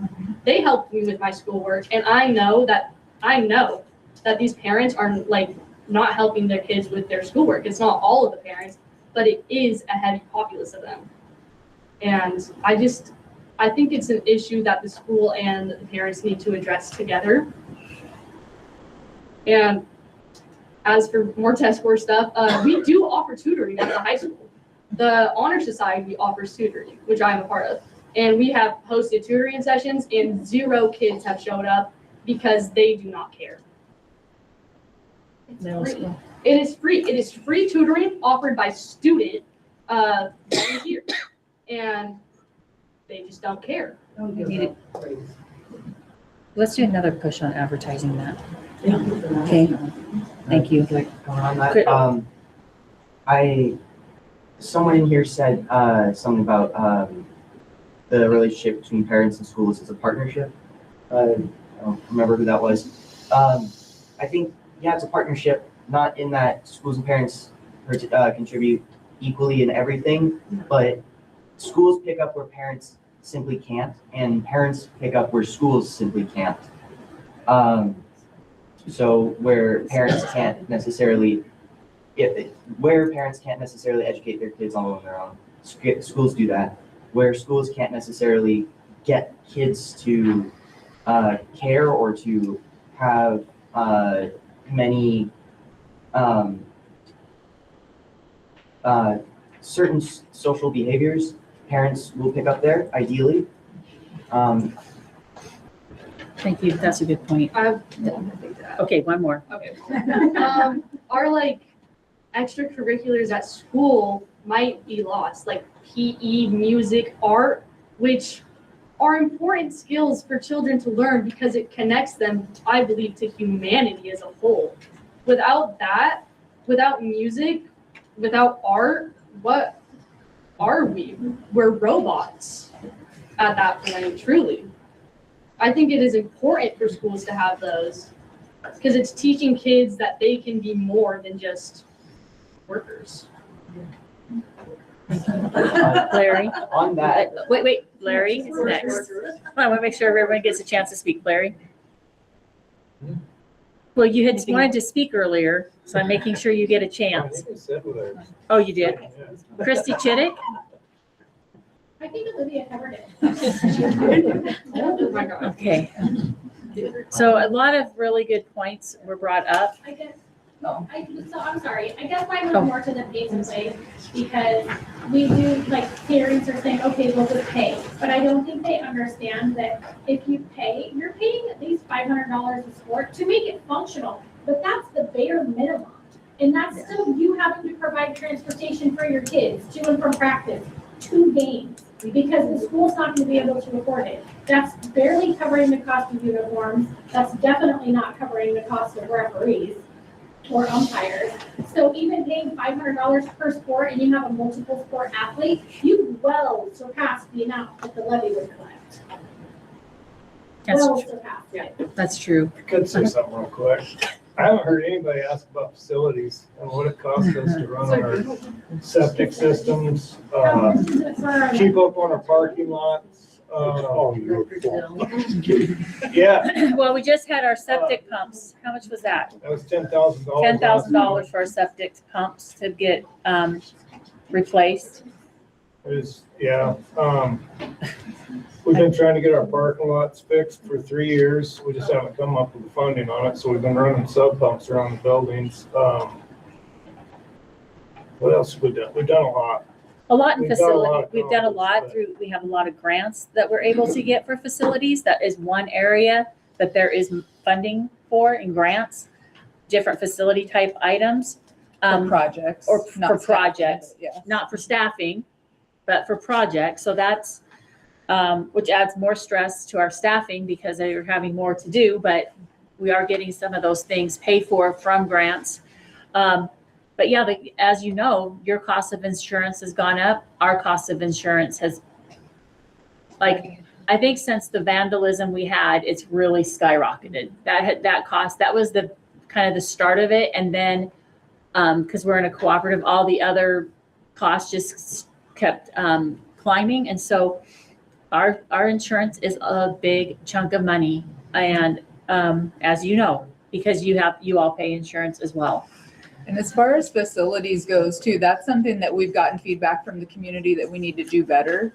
And this year, we talked about the cuts that we made for this year, cutting back our groundskeeper hours significantly. That was part of that. And the reason for that is because we are always trying to keep cuts away from the classroom as much as possible, but it does have an impact. And that's why in this levy proposal we just did, we had adding back the groundskeeper hours. So that's not going to happen, but that is something that we have focused on.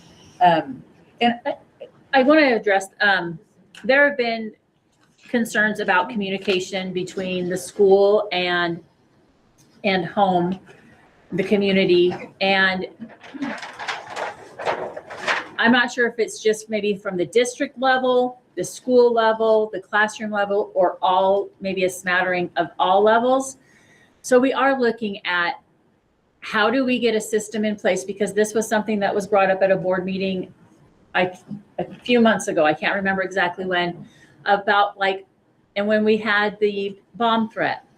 The only way that we can quickly communicate with our families is through our generated email. And yes, everyone doesn't go into their email all the time, right?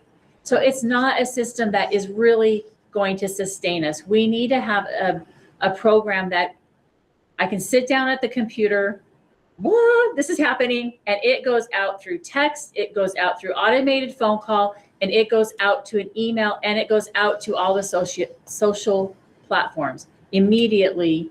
Well, maybe the families first before social, but you get my drift.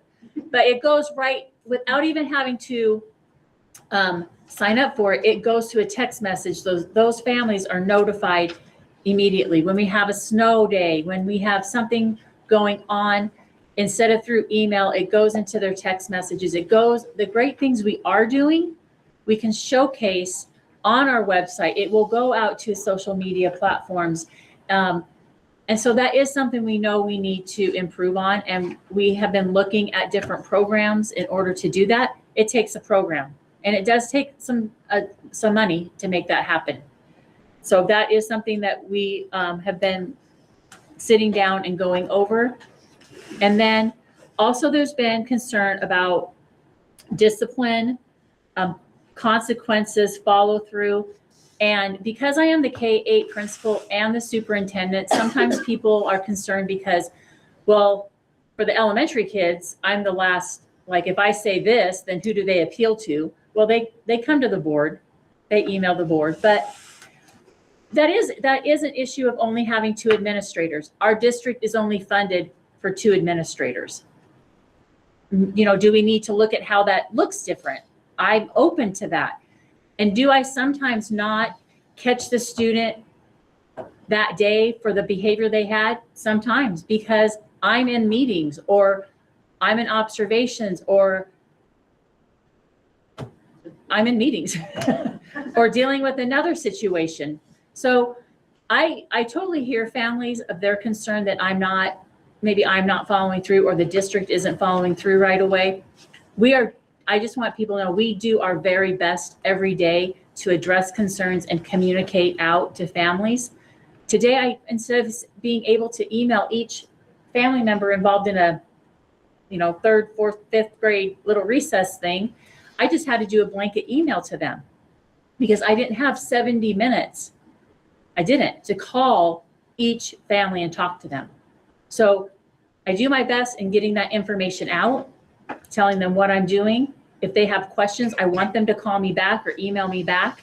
But in that minute of the day, I did that email between, different meetings that we were having or different meetings with teachers, talking to students about something that was going on. It needed addressed right away. So I hear that, and that is a top priority for me to work on and look at different options. But I can't divide my time much more. Maybe you need a para. What about, Well, honestly, to tell you the truth, in one of the, if we ran it for a little bit more, that I would like to have a para or a teacher who, depending on what we can afford, if it's a para, help run like an ISS room. Like students, I can apply discipline, but I have to put them somewhere. You walk into my elementary office some days, it's full. It is full. And you know what? They're having a great time. Because there's 5 kids in there and they're all, and we try to be like face this way, do this. they're all out of class. And you're right. And so there is error. There's always room for improvement. And Also seen them screaming. so, but yes, that is an option of maybe there needs to be another person to support discipline at this level. I would love to do that because I think it would support all of our students, all of our staff, not just me, but everybody. I think it would, but right now we can't afford it.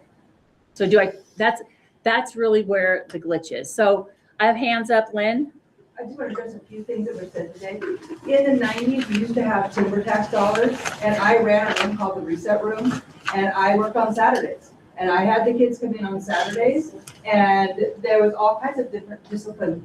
I was not the most favorite person, but they would send them to my room, and we would reset in our room. There's times I'd have 10, and sometimes I'd have 20. And then I'd have Saturday school, and if they didn't show up, we had a van, and we would pick them up. So they came to Saturday school. But those were during the time when we had timber dollars in the 90s, and we had that extra funding. And then in regards to the situation on Saturday, Tracy knew about this incident within 10 minutes of it happening. We were already on the phone within 10 minutes of the incident happening. I've already spoken to the coach, and these are things we don't discuss with the community. These are things that are discussed, and the discipline has already been discussed, and letters are going out. So those are things that are taken care of immediately, but it isn't something we broadcast out to the public. Those are things that are happening, but it happens quickly. Tracy and I worked on Monday and discussed the situation as well, and took care of other things that happened. But Monday, when everyone's on holiday, Tracy was working.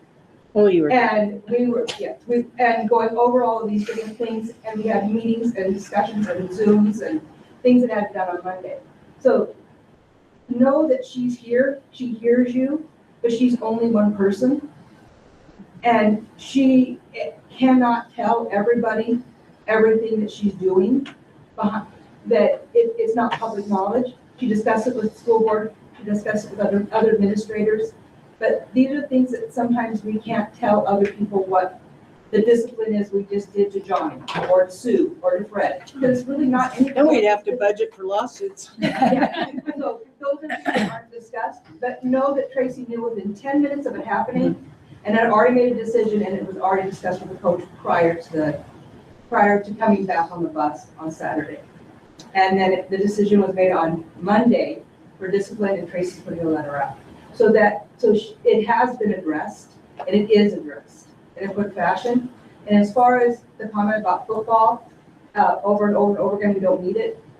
I do sports. I love sports. I know most of your kids were in sports and they loved sports. We had 45 kids between volleyball and football that were not on the street. They were with coaches who loved them. It was a team and a family they were with.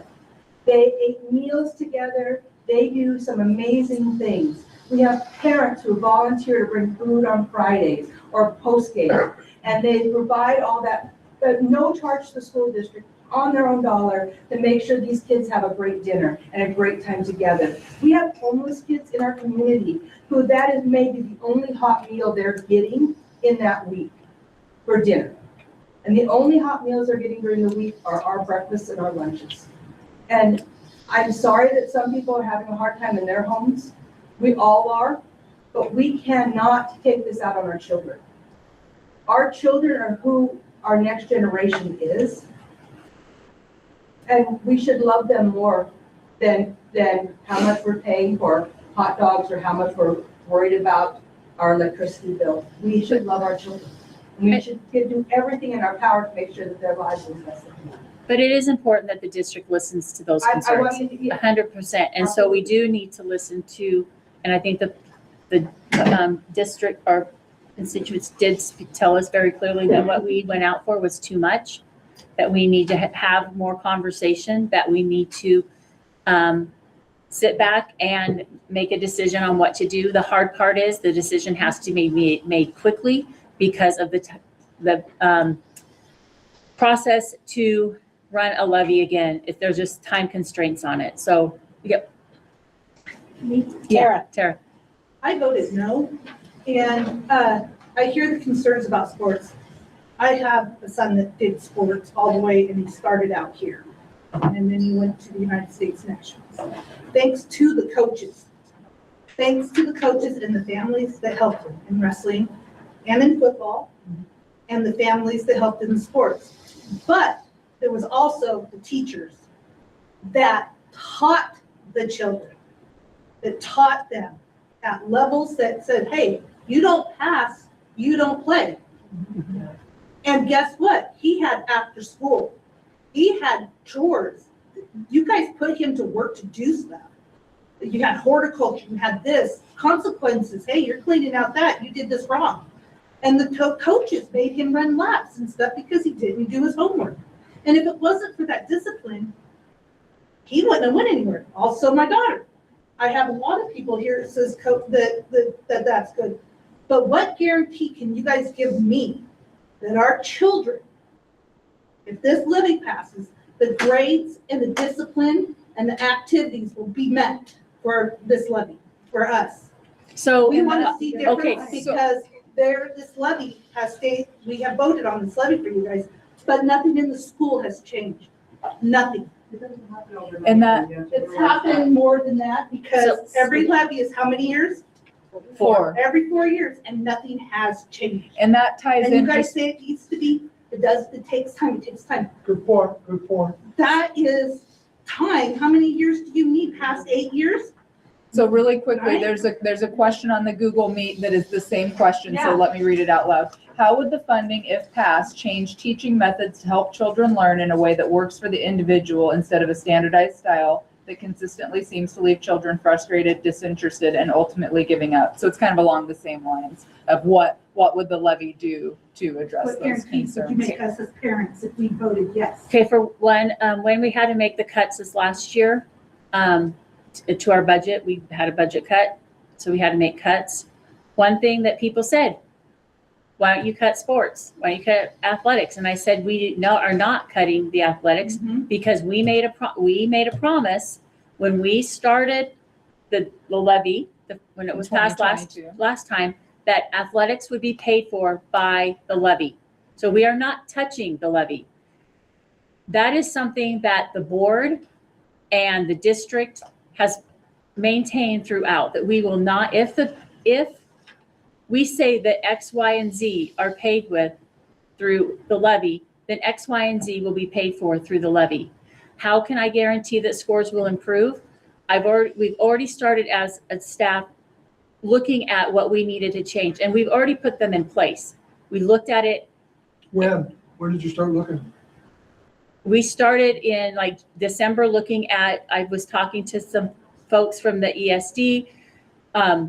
That's the latest round, though. I They're think to like, be oh. clear, they're constantly looking. Oh, at that. yes. Teachers and staff are always working together to figure out how I'm just- they can make those improvements. So are we going in the right direction? Yes. Are we Yes. flatlining, or are we, Our students are making gains. Our so students we're are at growing, and 17% proficiency? that's on the Where state. were we like 4 years ago, 5%? That was on the state assessment. I can't quote you what the scores were then. What I'm talking about is we have made changes to how we're doing instructional groups at the elementary this last month. We made changes at the semester in middle school as well. We said, this is not working. How we had to restructure the middle school, our students need more support. We added 2 more classes for lab groups. So we've made that change. We recognize that how the middle school was structured, we need to support them in a different way. And because we're small, we can shift things pretty quickly. And we did because we knew it wasn't working. I just want to point out, yes, it's 4 years, but you got to think about how long kids are in school for. And sure, it's not showing for the kids during those 4 years like they're in high school. It's kind of at that point, it's not that 4 years short. It may help when they're trying to focus on it, but that's not the same as starting at an elementary school. And a lot of it starts at elementary school, but 4 years is only 4 years of that entire 12 years of being at school. And I get it. I get that you're not seeing progress. But I just want to point out, I'm seeing my classmates. It's a mix of they're making progress. I've made progress. There's also a lot of kids who don't see why they should try on these tests and stuff like that. And that's a big one on these tests. That's what takes down these scores so much, is kids not trying on these tests, despite people trying to tell them, hey, this is important. This is what shows the progress that we're all making, the assessments on these. So when they're trying to see what the progress that kids are making and the issues, they can't get a full grasp on it because there's many kids not trying. On the tests, on the assessment. Assessments and such. Yeah. I would also like to say, with the test scores and asking how long will it take to gain results, my question is, how long will it take our educators to catch our children up for the education they missed during COVID? There were, I think, nearly 2 years, 2020 to 2022, before we got back to normal schooling. Personally, I'm going to call myself out here. I missed like 5th and 6th grade basic math. I can do advanced math. I just can't do like basic math because COVID created a gap in every single student's learning. And our elementary school students and our middle school students who are struggling right now are the ones who missed those critical learning skills. Like, think about the kids who missed 1st and 2nd grade, didn't learn how to read and write. That is not the school's fault, though. That is something completely out of the school's control. But we have to. The teachers union that kept the schools closed. And it goes to the parents, though. The teachers union kept the schools closed. So The government kept the schools closed. Which is Democrat. So I I'll tell you what, if you want to make, Okay. I want to keep it Back on focused track here. on, we could throw blame 100 different ways. I hear the concern about our test scores. I want to show that the students are making growth. Yes, it's taking a while in the elementary schools. Our 10th grade scores are much higher than our elementary scores. When do we need the students really to have those skills? Now, if our elementary was higher and our high school was lower, I'd have much more concern. Okay, our kids are making growth. They're coming in and they are struggling. We are working with them and they are making growth. It's not overnight and it's not in 1 year. And it's not going to be overnight and it's not going to be in 1 year, but they are making growth. So we are at a point that the board has to think about how to run, when to run our next levy. And that's kind of where we're sitting at with this. Mikey, I don't know. So, with all of these things that I've heard tonight, there are some really good input. And if you could, narrow it down to the topic and put it out in a letter. Email, don't send it to me because no, I don't look. There's a lot of people that don't mess with computers because if I mess that, I'm gonna ruin that machine. I think used to send out letters with the kids, the students, go home with that. We do. Oh, you still do? But maybe, like this levy stuff, if you could get what was discussed. Yeah, we'll put information out about what we discussed here. We'll put information out. The biggest issue is by next Friday, we have to submit to the county if we want to run the levy in April. That is in order to tell families, students, community what's going to happen in September. And with a definite, this is what's going to happen in September, we need to run the levy this spring. If the community thinks, the board thinks we should wait, say, okay, these are the cuts we're making. All these things are not going to be here in September. Run the levy in August and then say, okay, yeah, these things aren't going to be here. We're not going to have the community center rented. We're not going to have sports. We're going to have all these cuts.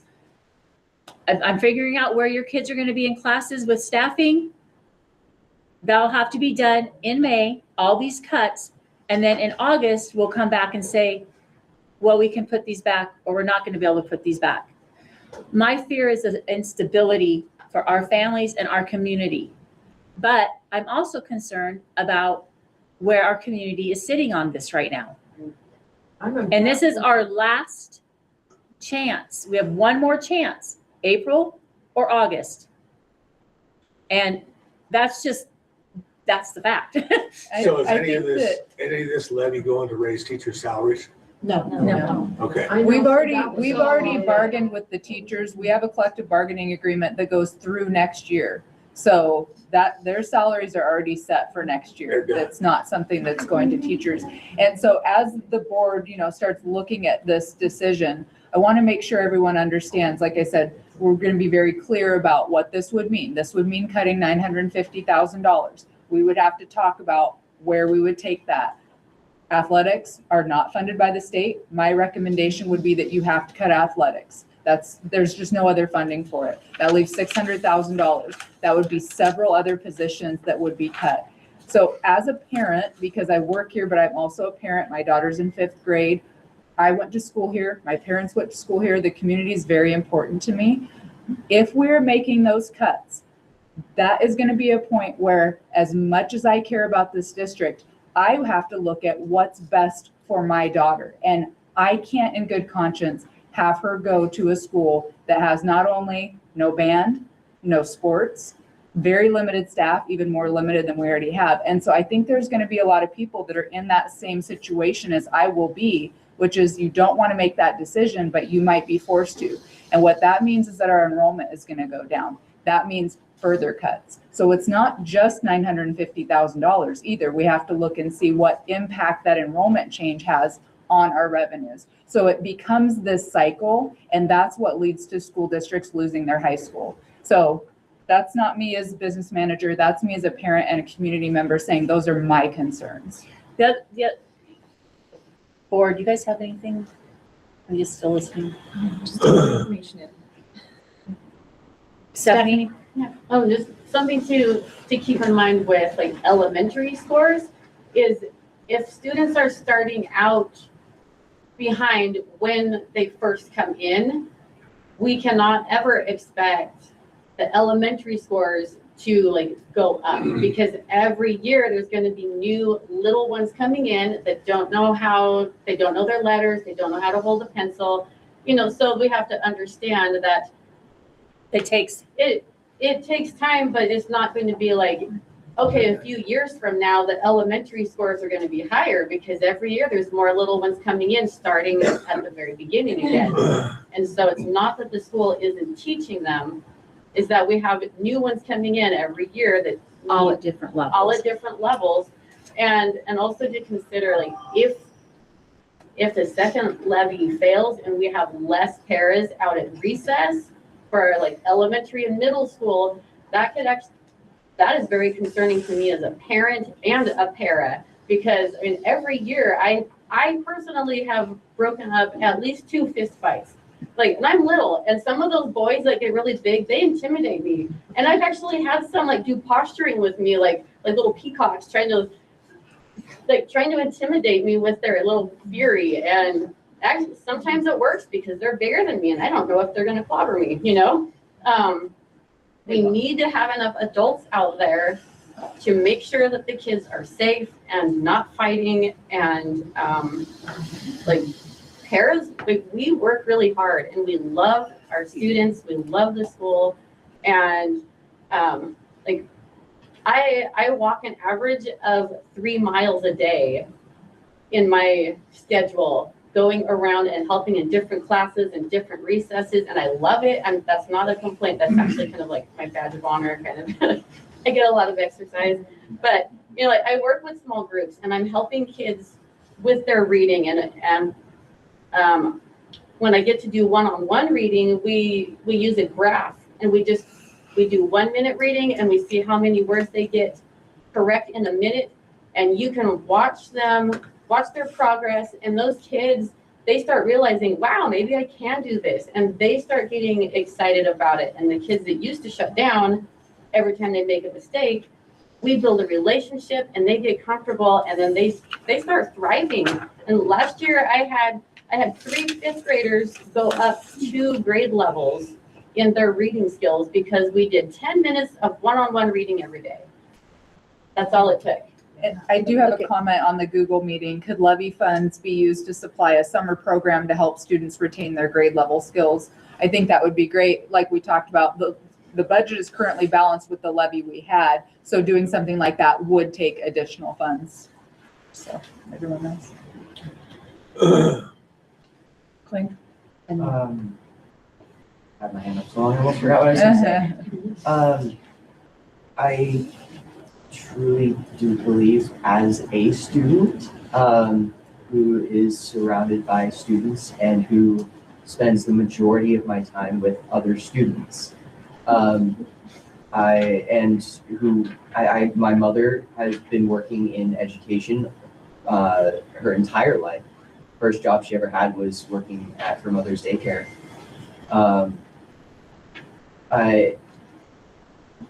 Decreasing funding is not going to do anything. It is only going to hurt people.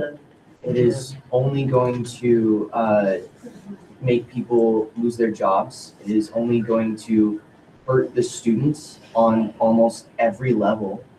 And there is so many problems that are going to come up from losing $1 million in funding for the next 4 years. That's pretty much all that's going to happen. Is more problems are going to arise.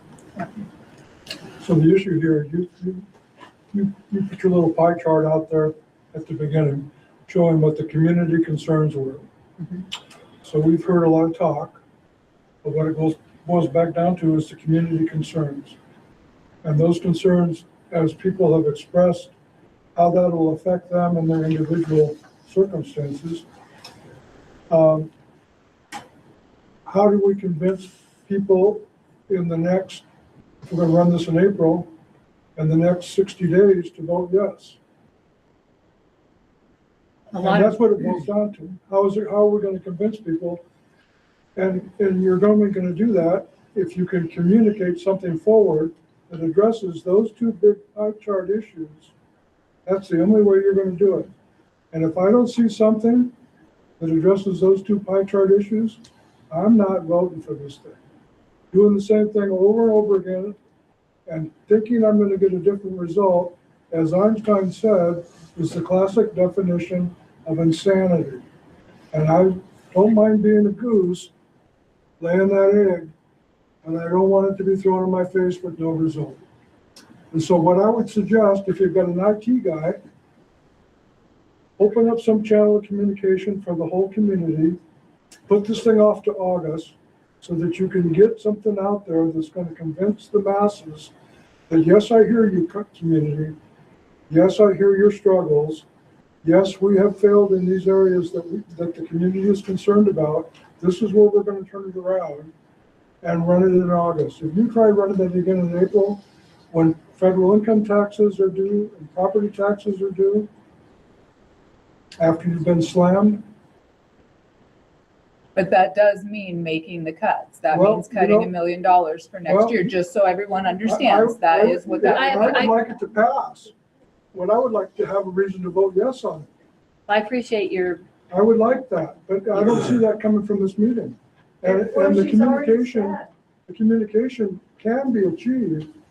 You know, I don't know who your IT guy is, it's part-time. whatever. That's It part doesn't of our take much. problem, though. We're not, there's nothing, a lot of people are not on the Communication. computers. The communication's not there. So if you're not on a computer or you're not a parent getting those text messages, for the rest of us, we hear nothing. What would be your So, best way to yeah, get information? That's my Mail it. question. Send something I out hear in the mail to everything the that you're community if you have saying. to. What do you want it to look like? Do you want it a mail pamphlet? You know Do what? you want someone knocking on your door? Do you want someone I calling? want something on paper. And I think a lot of people do. They want to be able to read what they're doing. In these meetings, they don't know they're going on. You know, you want the community's input.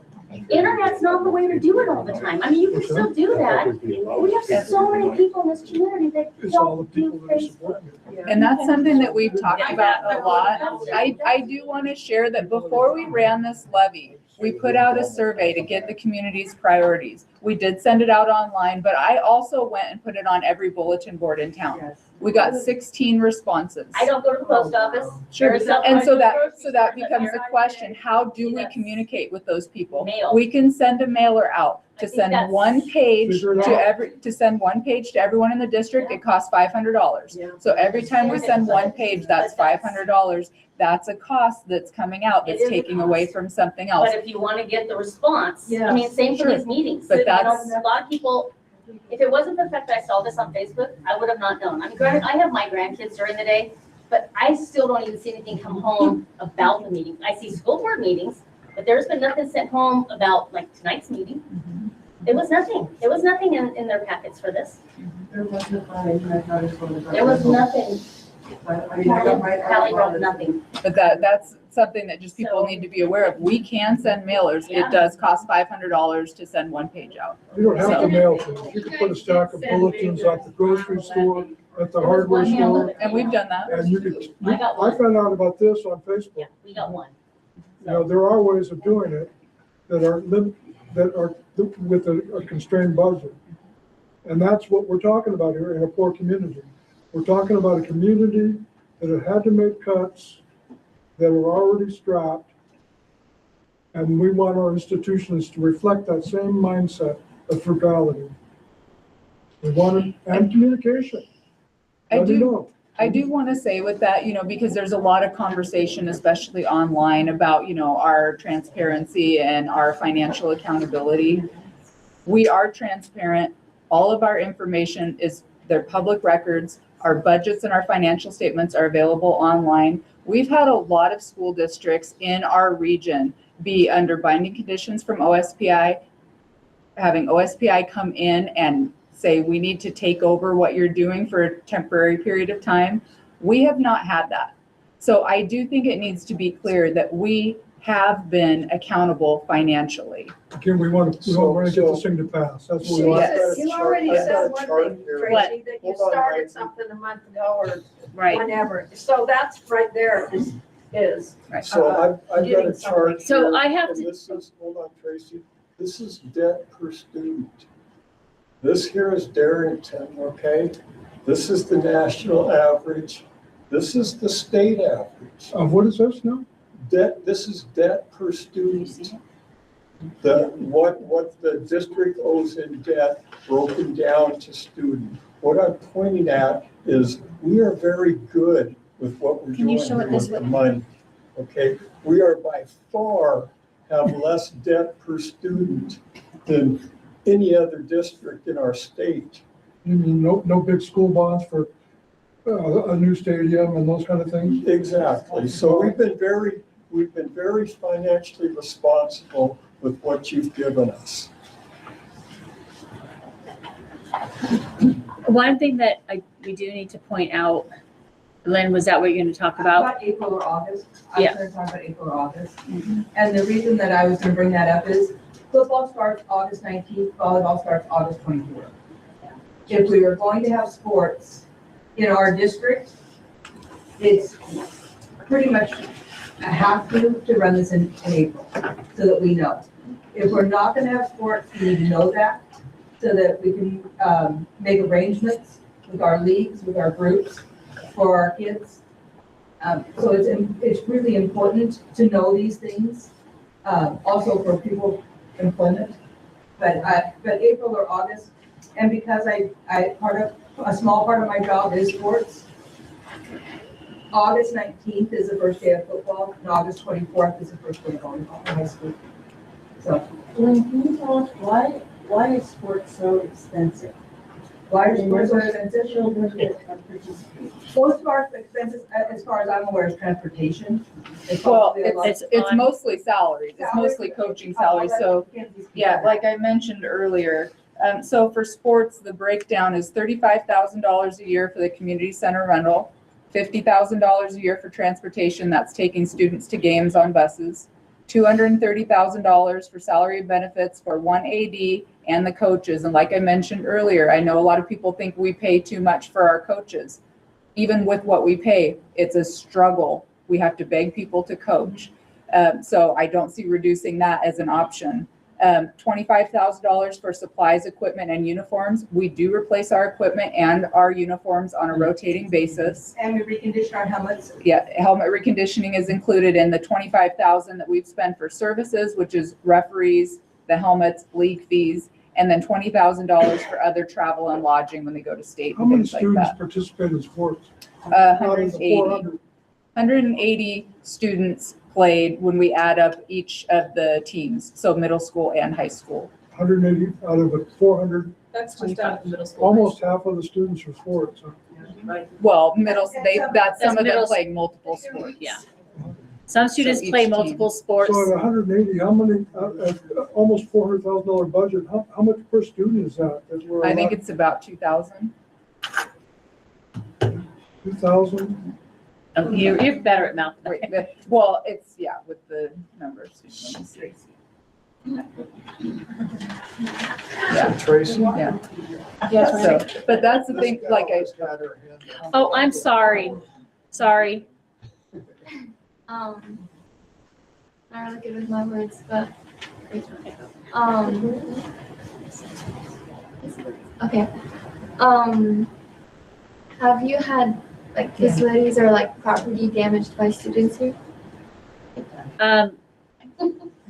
She asked about property damage by students here. Yeah, there was, there's some graffiti, there's, some paper towel rolls will come down, but there was in 2017, there was a break-in and, over $1 million was done in damage by, about 3 students.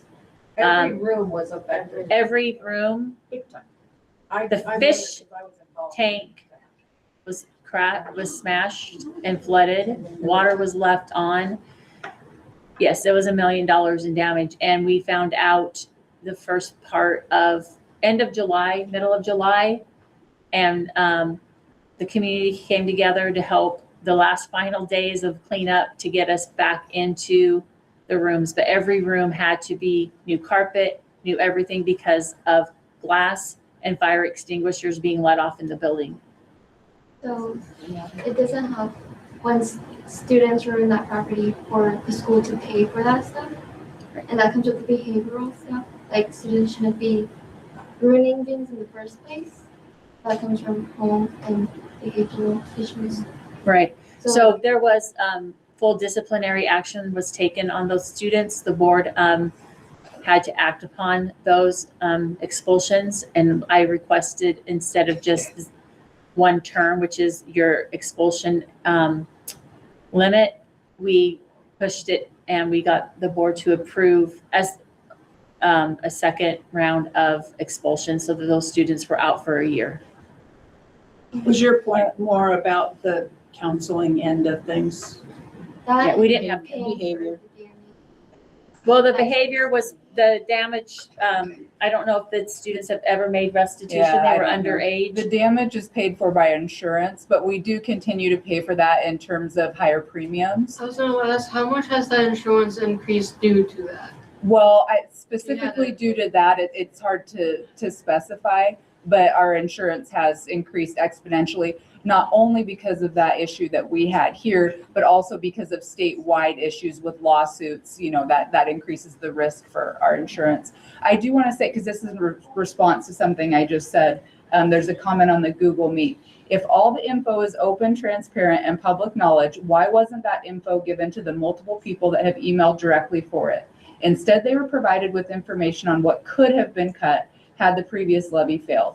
So I want to talk about this because I've had 2 people email me asking for information. The first person emailed me before the levy failed in February, and they wanted to know what we would pay for with the increased funding. I sent them that information.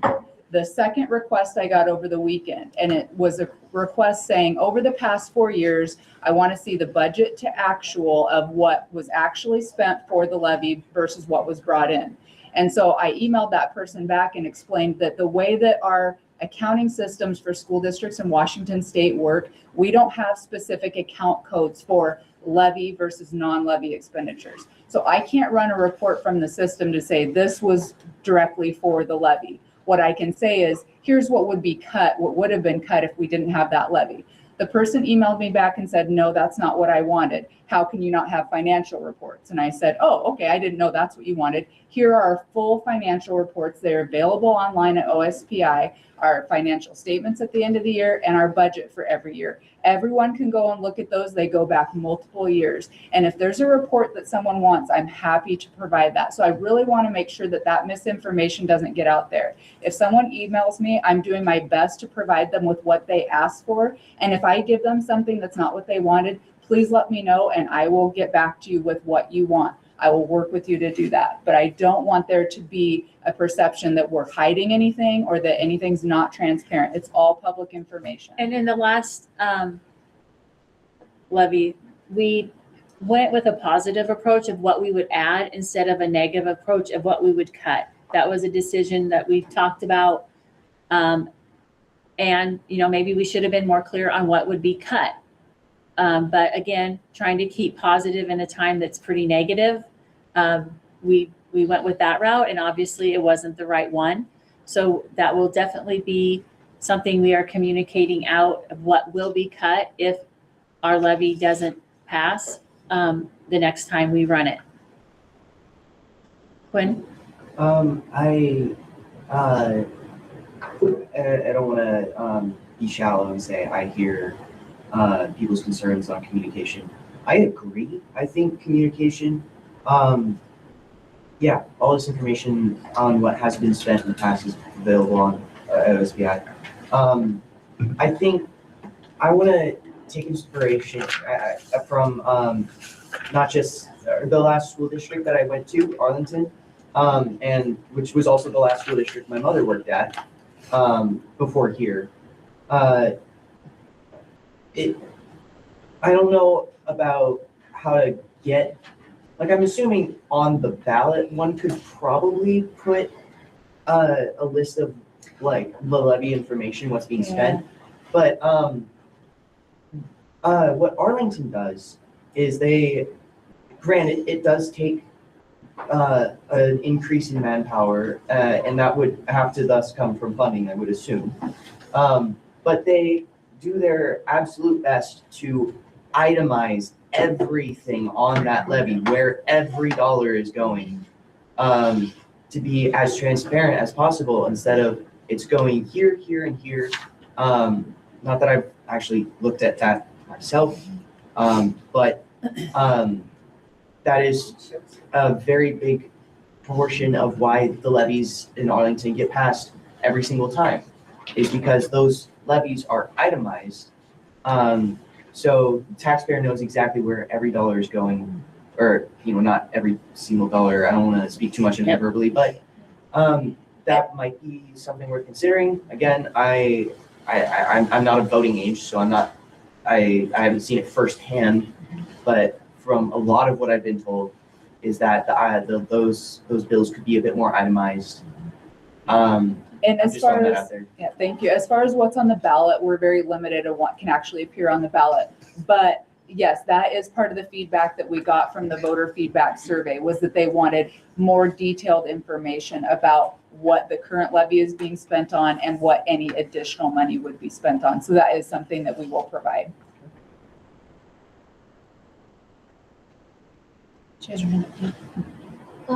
Would like learning programs like iReady be cut if the levy didn't?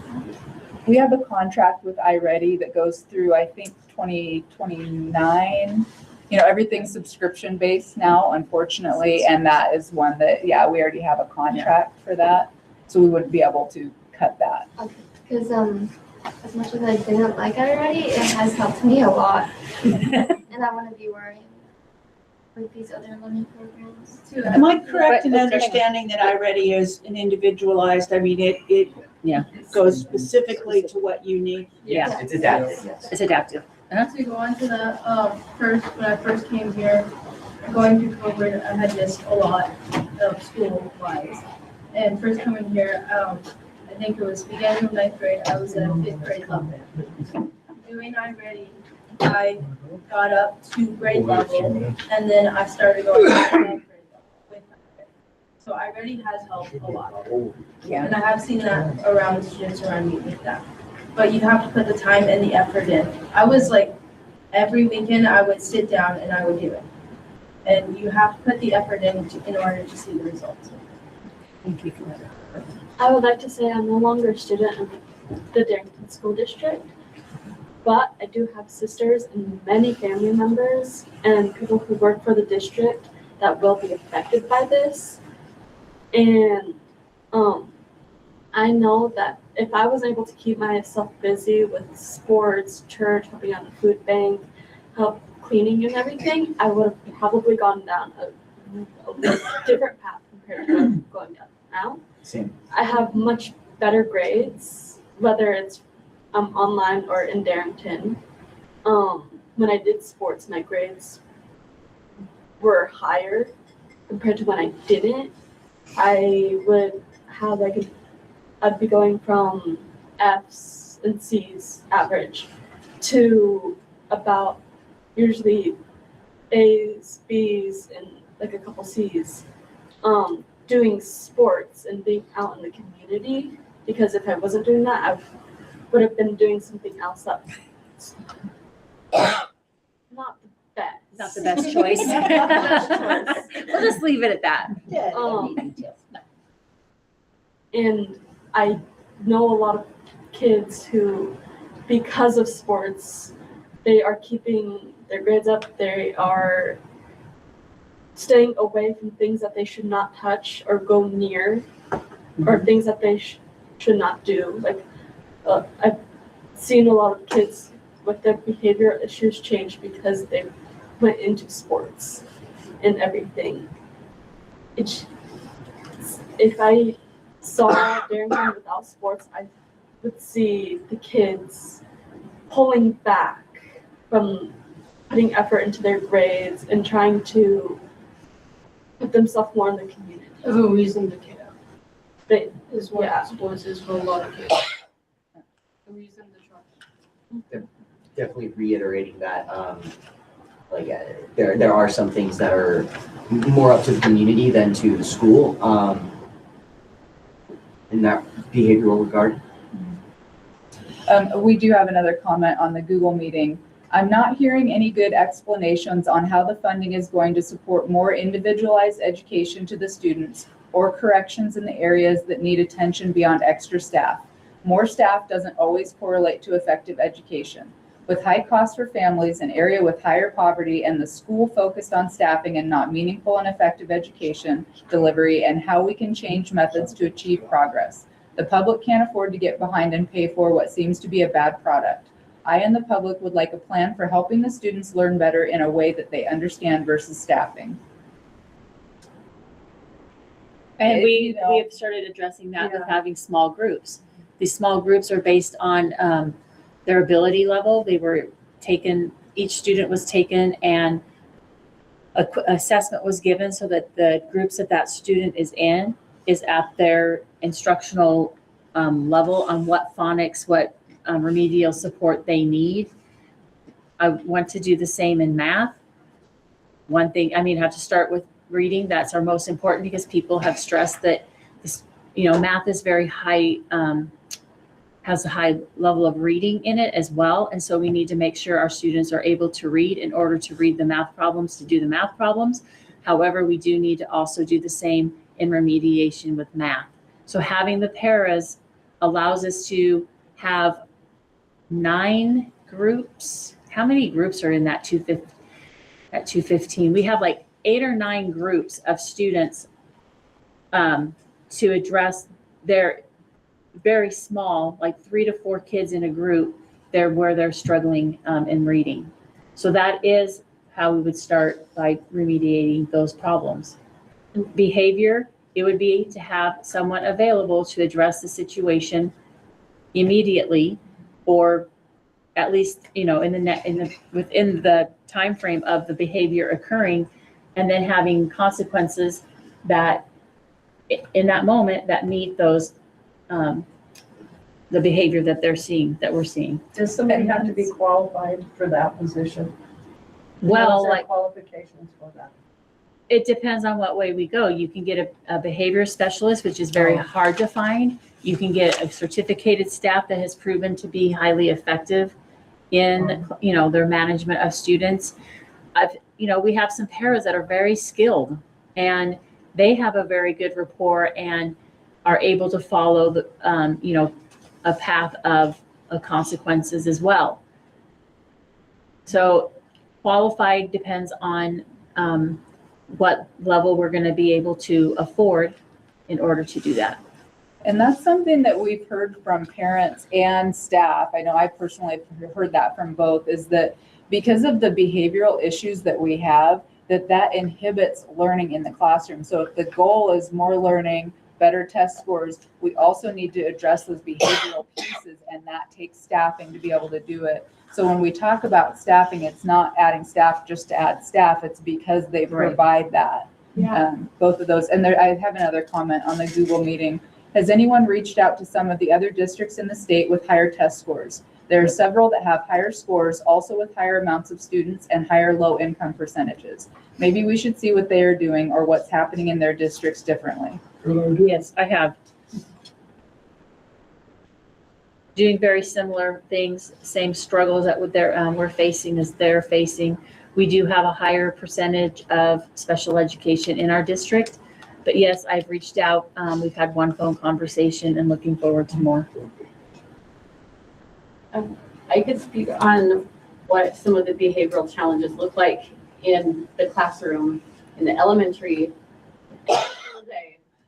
Every classroom. I want you to be careful making sure that nothing is Yeah. shared that could be picked up by anyone. Yeah. No, it's just each classroom has at least 2 kids that they don't have impulse control. And no matter how many times you ask them to stop like blurting out over instruction, they still keep talking, and they will just keep talking and getting out of their chairs. And if they get extra upset, they'll start yelling stuff like 6, 7 and skibbity toilet. And are you ask the kid, okay, can you please read this word? Let's sound it out together. And so then they sound out 6, 7, and as the way to define it. And they get sent out of the room. They'll come to the office. They'll have a reset. The law says I should not take away recess. It doesn't say I can't. Right. So it's just That's all I'm saying online. If we really want the teachers to be able to keep teaching uninterrupted, we either need a para in each elementary room that can step in and take care of that student and like take them out, help them reset or whatever, so that the teacher can keep going, or we need A space. as specialists, we need a space so those kids don't have to stay in the classroom and keep disrupting things with those behaviors. So when you have a child that has a learning disability, whether it's as a result of a psychological issue or an actual challenge to meet the academic goal mentally, isn't there a para already assigned to that child? Not all of them, not all. Not all students that have IEPs, which is their learning plan, have one-on-ones. No, just some that are more in need of medical support, extreme behavior support, but not all of them. So the kids that are acting out, depriving the other kids of an opportunity to There are learn, times, they're taking precedence over the group outcome in compromising the learning environment. Is that what I'm hearing? at times they do, yes, and then we have to remove And them. we're allowing that? No, we're not We're not allowing it. No, What we are we doing to remove them. stop it? What are we doing to mitigate that? We're taking them out of the classroom, depending on their age, giving them a consequence that's age appropriate and that I can give them, and then we re-engage them into the classroom. And then they Teachers read- are working with their families. It's not a, right, everybody is working really hard, and that's the heartbreaking thing, is when I hear people in the community saying, well, the teachers aren't teaching. And I'm like, they are teaching their hearts out. But, like, you can lead a horse to water, they can't make it drink. There are kids that flat out refuse to do their work. And that's not defined. And that I know. some of those kids do not have a diagnosis. Sometimes No. it's because things at home are really hard, or they don't have consequences. And sometimes a teacher reaches out and the parents are helpful. Sometimes a teacher reaches out and the parent says, what are you doing to make my kid want to behave that way? And like, well, I asked them to put their name on their paper. Like, there are teachers. It's very complicated, and it's super very hard to, complicated. like, to dive to the bottom of it. But you do have a district psychologist, correct? No, not full-time. Well, even part-time. Probably 2 days a week, maybe, And those, and they're virtual. But having the counselors, So, the counselors. yeah, make that's a a big type of difference. reason. The school psychologist isn't someone who It seems like sees it's- students it's- in a medical Yeah, setting. somebody who could get to the bottom. Right, it's not, yeah, our school psychologist is education psychologist, and so they do assessments for for special education, behavior, and cognitive, but they are not a therapist. That's why we're talking about needing the mental health but you counselor. first have to establish that there's a problem, that's what I'm Yeah, getting. but sometimes it's not too hard to establish that there's a problem. Well, that's what I'm saying, if you have a psychiatrist, psychologist, whatever, establish that there's a problem and then let's address it. Right, but what I'm saying is, we are down to not having enough staff to address that problem. We have one counselor for 425 students, and some of these needs that students have require more time. They require more assistance. So like in the kids that are challenged, either mentally, socially, psychologically, if there's an issue there, there's not federal funding for that? If I'm developmentally, Yes, there is federal funding for that, but, but you have to define it first, correct? Can I make yes, she can, So this year alone, we've had 18 new evaluations for special education, 18 students. But we can't just say that this student over here has behaved this way today, so let's test him. The teachers are required to collect data, and we have to have at least 6 weeks of data for the concerns the teacher has. And it can be multiple concerns. It can be an academic concern, it can be a behavioral concern, it could be social emotional. Sure, there's lots of, So we have to collect data. So once we get that data and we have a meeting, it doesn't automatically qualify the student, because the student can be assessed, and if they don't meet the qualifications that are set by the state, then they don't qualify and they go back into the general education class.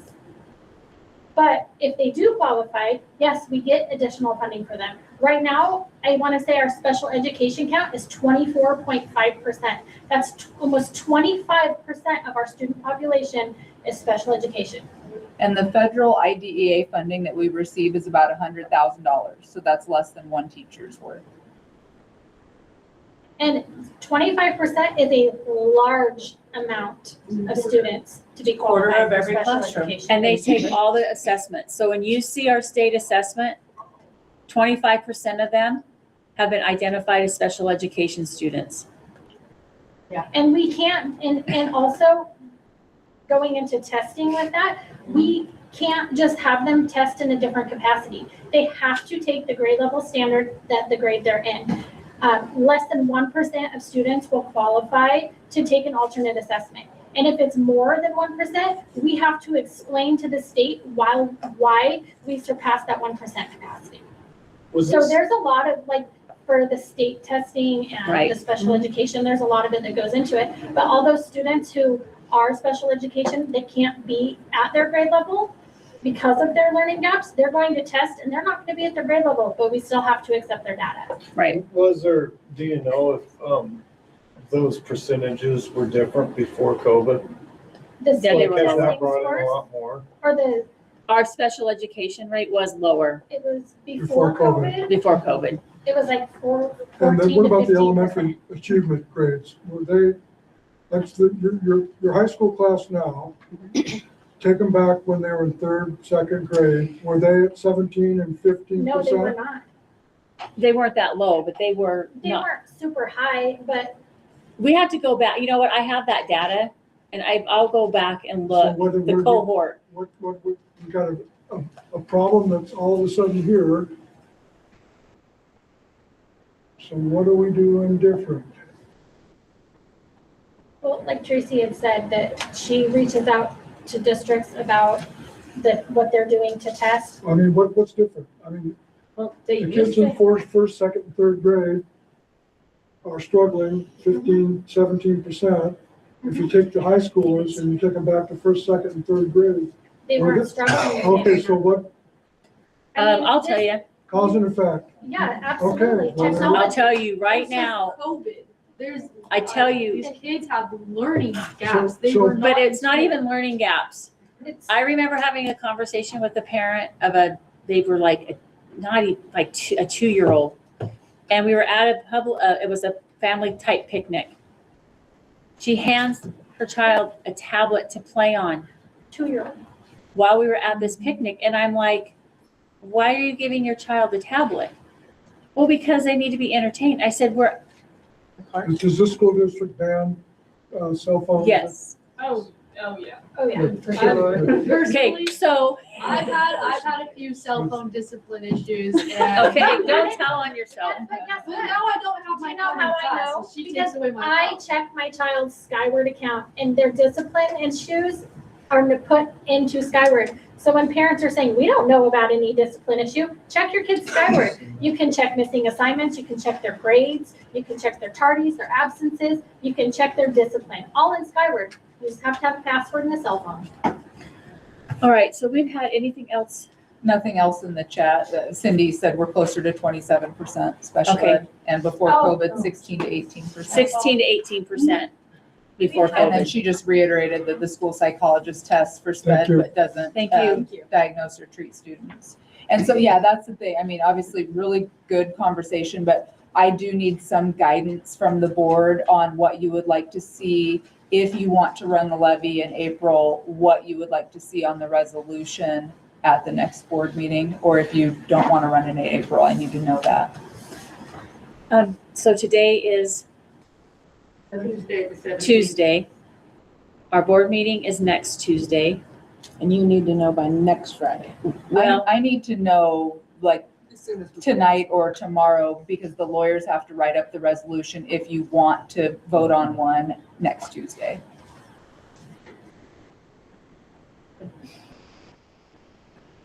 I mean, I don't know what everyone has, if you guys need time to think about it. If you want us to just make a recommendation, I think like we've talked about, I mean, my recommendation is absolutely April, because that's a lot of what I think is a lot of uncertainty and a lot of chaos to subject students to who might not have sports next year, and staff who are gonna get layoff notices. We could lose staff if they get a layoff notice and they go and get another job, and then we go, oh wait, the levy passed, come back, and they already are working somewhere else. So my recommendation is April, but up to you. And My 2 cents on that is I agree with you that April, I know there was concerns brought up about April being taxed and so on. I just read a deal today stating that the average tax return is quite a bit bigger than last year. So that's a bonus.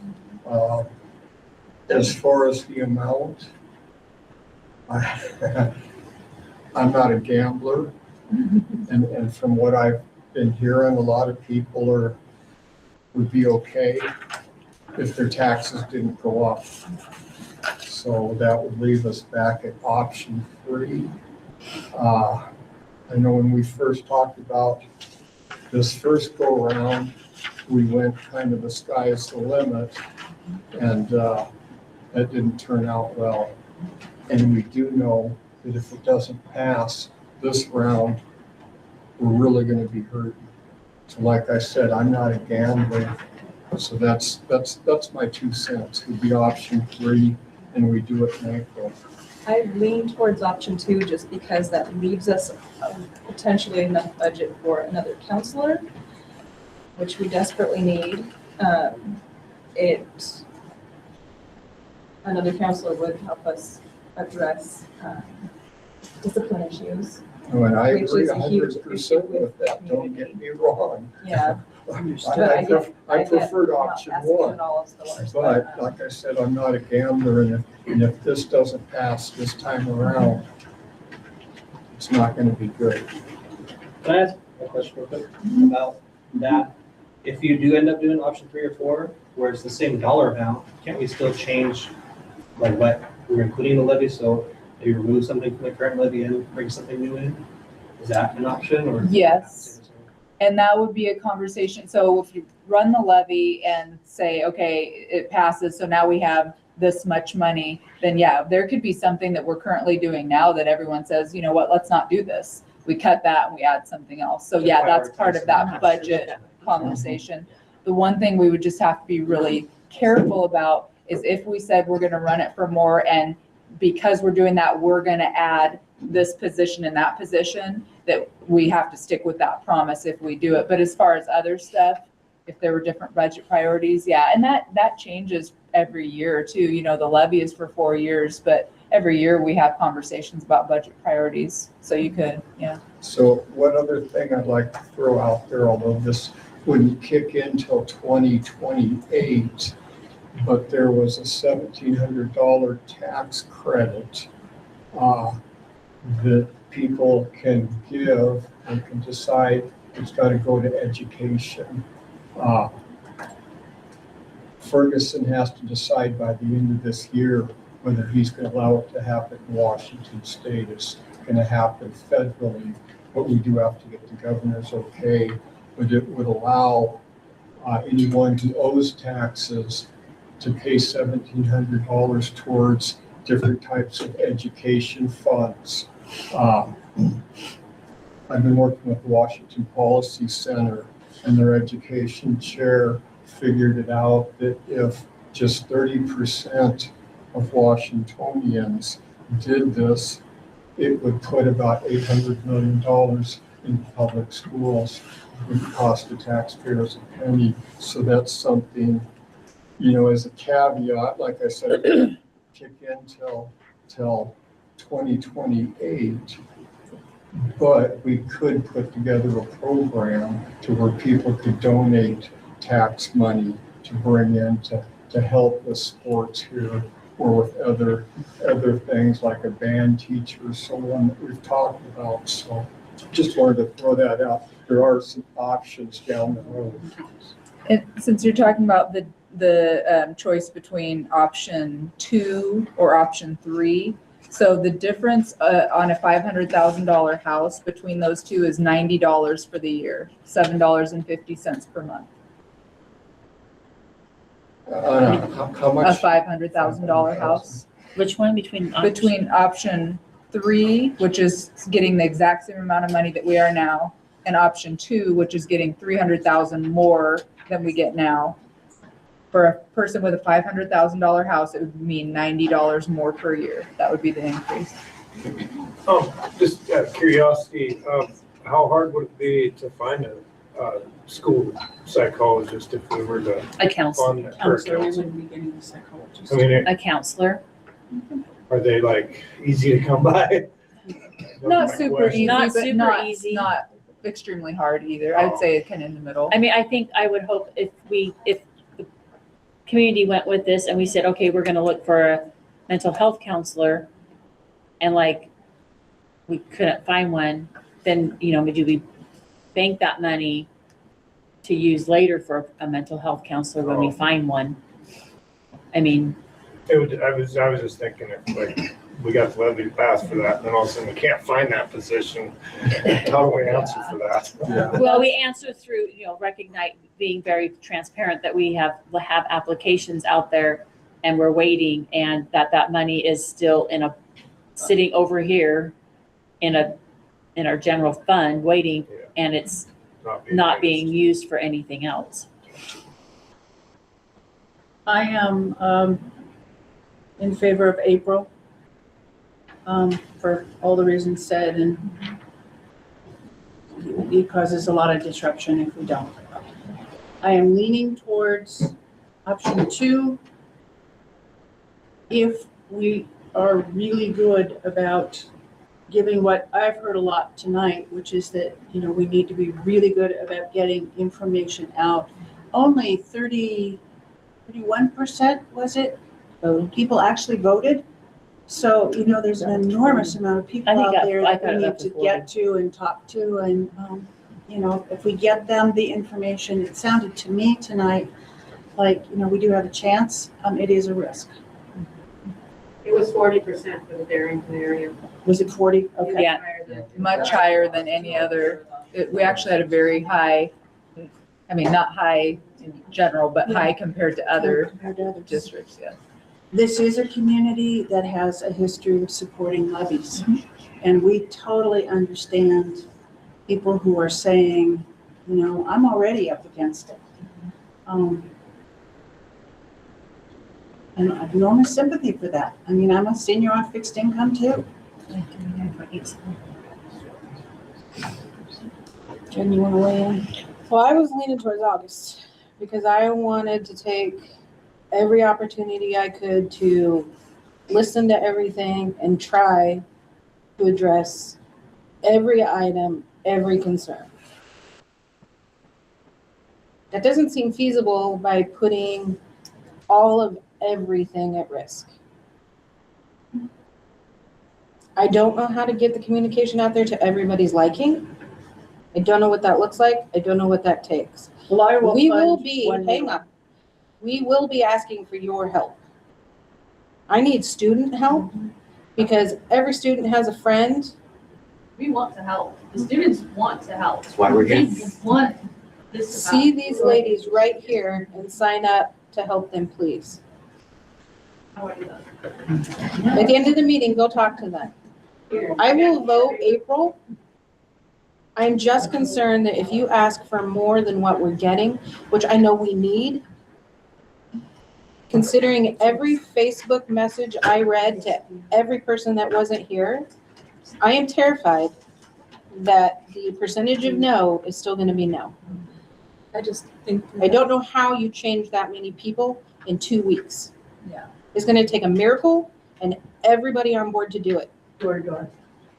Whatever that looks It'll like. be more than 2 weeks. So the In 2 election, weeks, people on Facebook are going to say, you didn't listen to a word we said. so the election is April 28th, ballots go out April 9th. So that gives you an idea of the timeline between now and when people get their ballots. So if you're all willing to help, we collectively are gonna need to pass this. It's not just us sitting up here and listening to people or not listening to people. The perspective in the community has to change. That includes all of us. Since option 2 is increasing by 300,000, that's more than like one job position, right? So maybe like what would we have to increase just to add like one position? Just a counselor. Yeah. So that would be about half that, so then it would increase people's taxes by $45 for the year. So maybe just like that tiny bit of increase wouldn't push over the edge, but it would be. I don't know what. I don't know. What do you guys Is that think? $45? Yeah. So in other words, that's one of the Worth the big risk concerns. of, not passing it again if people are concerned about more taxes, Is Yeah. that really worth it to us? Like, rather have none or a little bit, How can we reshuffle things the other way to?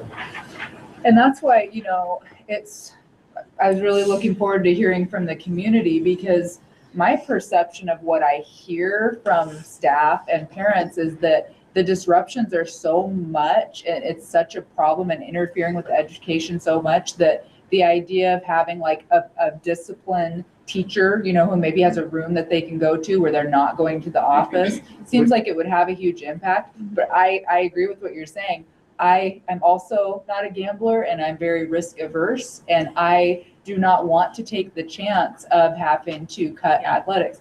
At the same time, I would love to see some of these classrooms not be disrupted as much, and that's what I hear a lot of people frustrated with too. So it's hard to say. When I brought that up online, a lot of people were just like, they didn't care that having an extra teacher to handle that would benefit everybody. Okay. It kind of just got ugly. That's where our job comes in. Coming from the perspective of a teacher, if I can eliminate those people that are taking away from the education of the majority, it's going to improve what I can do with the majority. They're going to get more of my time. They're going to get more directed time. And those students who need that focused attention, sometimes they do have a problem that's going to take seeing a counselor for a little while to find the core of it and maybe hopefully be able to improve their behavior so they can catch up too. But I do think if we could get a counselor on, we're addressing 3 things that people have really been concerned about. The classroom less disrupted so that the education can be focused, discipline problems. And the third thing is there's a lot of issues with communication. If that person can take some role in communicating with families, so the communication can maybe happen a little bit faster when Tracy's occupied. I think it would be worth asking for at least enough for a counselor, just to say, we heard these issues. And I would definitely support dropping that 300 down to do that, because I really do agree with you that that's the priority that I heard expressed. And I would step up that to get a counselor. Would that be option 4? Where we just maintain the rate no matter what? It would be Well, close a little bit more than that. Yeah, so it would be kind of in between. Changes. The other thing too is, like, you can run levies for different amounts of time. Typically, school districts do 4 years because it's obviously a lot of work. And if you have the 4-year guarantee, it's easier to budget. If we wanted to say, just put forward to voters extending the current levy with no increase, you can also run a supplemental levy. So if you wanted to do something where we say 4 more years, no increase, but maybe in 2 years, if we prove that we have made these, improvements that you want, then do we run a supplemental levy to add things when people trust us more? I don't know. Supplemental levies, I think typically don't pass very easily, but those are some options that are out there. But as much as I would love to have more money for additional staff, I do hear people when I'm reading the Facebook comments saying, we want you to fix this with no extra money. But And will so- they keep giving, are those people going to even vote to maintain what we're already getting? So are those sure. giving those no matter what we run? I feel like if I was on the fence, I would more go to carrying on what we have and adding more money. You know, if I was really on the fence, I mean, What's our current rate right now, Mackenzie? Oh, $1.29 per thousand. Is that, So if Randy, we kind of kept what, the 129 rate, then it would give us more and it wouldn't be the 900, it would drop. But because of. It would housing give us, costs, it would give us more, but taxpayers would be paying more. Even though that rate's the same, the reason the dollar amount is up is because property Property values are values are going up. Okay. so it's, So So it either would lower still the hit rate the to the amount that we have now, or keep the rate the same but increase it a little bit. So I see what you're saying. Right, and right. there's no room for cuts right now with what we have to bring in that counselor. no. I mean, don't you know see how it is in Oh, I facilities. know, yeah. But, I mean, look what that would look like when we go up for our next one. If we think into the future. I know, I hate to say that, that's. No, you're right. horrible How do we thing make about, but these it's- changes that are being requested with Yeah. try to- basically the same amount? I don't know, that's where we go to the drawing board and look at what we're doing and. And I do, I mean, from And- tonight's meeting too, I hear I- a lot of yeah. people saying that is that we don't think you need more staff, we think you need to do better with the staff that you have. I And walk the halls every day. I see what's going on and everything. A study hall with a teacher and it would be just huge for this school. If we take those kids out of the hallway, they're sitting at doors doing nothing. The kids that are screaming and yelling in class and the teachers don't even know how to handle them, get them out of there to, and put them in a spot to where there was somebody that was like, had the discipline to work with them, or I don't know. In Arlington. My kid said it works. In Arlington. Yeah, he was in Arlington. He said All study three hall. schools that I went to, Eagle Creek Elementary, if I remember correctly, that was like first grade a while ago. Pioneer Elementary and Post Middle School. Actually, don't quote me on Eagle Creek, but Post Middle School and Pioneer Elementary both had a room with a dedicated teacher for primarily ISS, but also just somewhere to, like you said, somewhere to put the kids when we discipline them. That would make a difference. Or a kid that needs, if something's going on at home, they just need a moment to get And that's where a themselves counselor together so then they can focus on the work and not Exactly. be losing it in class. And it's not always like disruptive in the sense that it's disruptive, but not always have the the person ill in the intent. ISS room would not necessarily be the counselor. Yeah. Right, That would- no, Right, that would No. be the TOSA person. Right. I ran it for years. I ran the Well, that's, reset room for years. could be a and less expensive employee. I mean, It would depend on the employee, So, 100%. yes. What is the position? What's the fee for that position? A teacher costs $150,000, a para costs $50,000. So with option 4, could we potentially get an extra para to do that? Option what? 4. Yes. Then we're not, So 3 is literally not changing squat. Am I 3, reading you're that? not changing anything, correct? And the rate goes down because property values go up, but it's the same amount spread out between them. So 4, I see one problem with some of this is you're still gonna have inflation. Yeah. You're Yeah. still gonna have to make cuts. that's So And if we continue to lose enrollment like we have been, we also have to make cuts for that. Yeah, But if we it'd be a can't pass big the change. levy, then we have to make huge cuts. Yes, but if we don't pass the levy, then we are really going to the schools. does 4 give you a TOSA? Not quite. 4 gives you a counselor though. Closer. closer. So 4 really doesn't do much. Well, it gives us So- a person in a room that allows us to redirect some behavior. 4 gives you a para. But I don't know, I just wonder about having a para in the room. I think it could be a lot to put on, yeah, to put on somebody. So in order for this to be optimal, we're already crossing off one. We know that's not gonna work. Yeah. You're telling me 4 isn't gonna get us anything that's going to change our 2 big 5 members, which gives you option 2 and option 3. but you can go with, you could go Yeah, or with you could just, do with 150,000 instead of 300,000, get you one position. but I think for the people on the fence, on depending, like Larry said, people on the fence, The marketing that's gonna have to go into this is exponential. The communication is exponential. On that,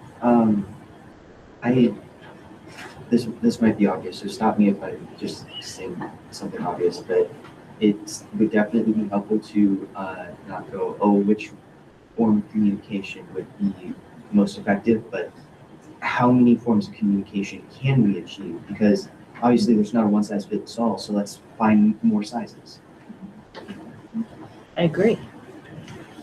Lauren, what do you think, as someone that's pro option 3, what do you think about option 4, you think that go down and you maintain anybody? I think it's more confusing. Which one? Option Or do you 4. think that, Yeah, because I'm really, I think 4 is confusing. yeah. I think 4 is a little more confusing. or I have a suggestion on the Google Meet. Could we put out a poll to the community to see which they would support? But you'll need to know about tomorrow. Yeah. Yeah. I mean, pretty much. I'm sure our lawyers will work with us, but they really need some time to put the documents together. The other thing, it's a lot for the board, but we could have another special meeting, like on Wednesday or Thursday of next week to vote on this. After our next board meeting. Right. It just has to be done by the 27th. Friday. We just have to have it signed. And we have to have our pro and con committees.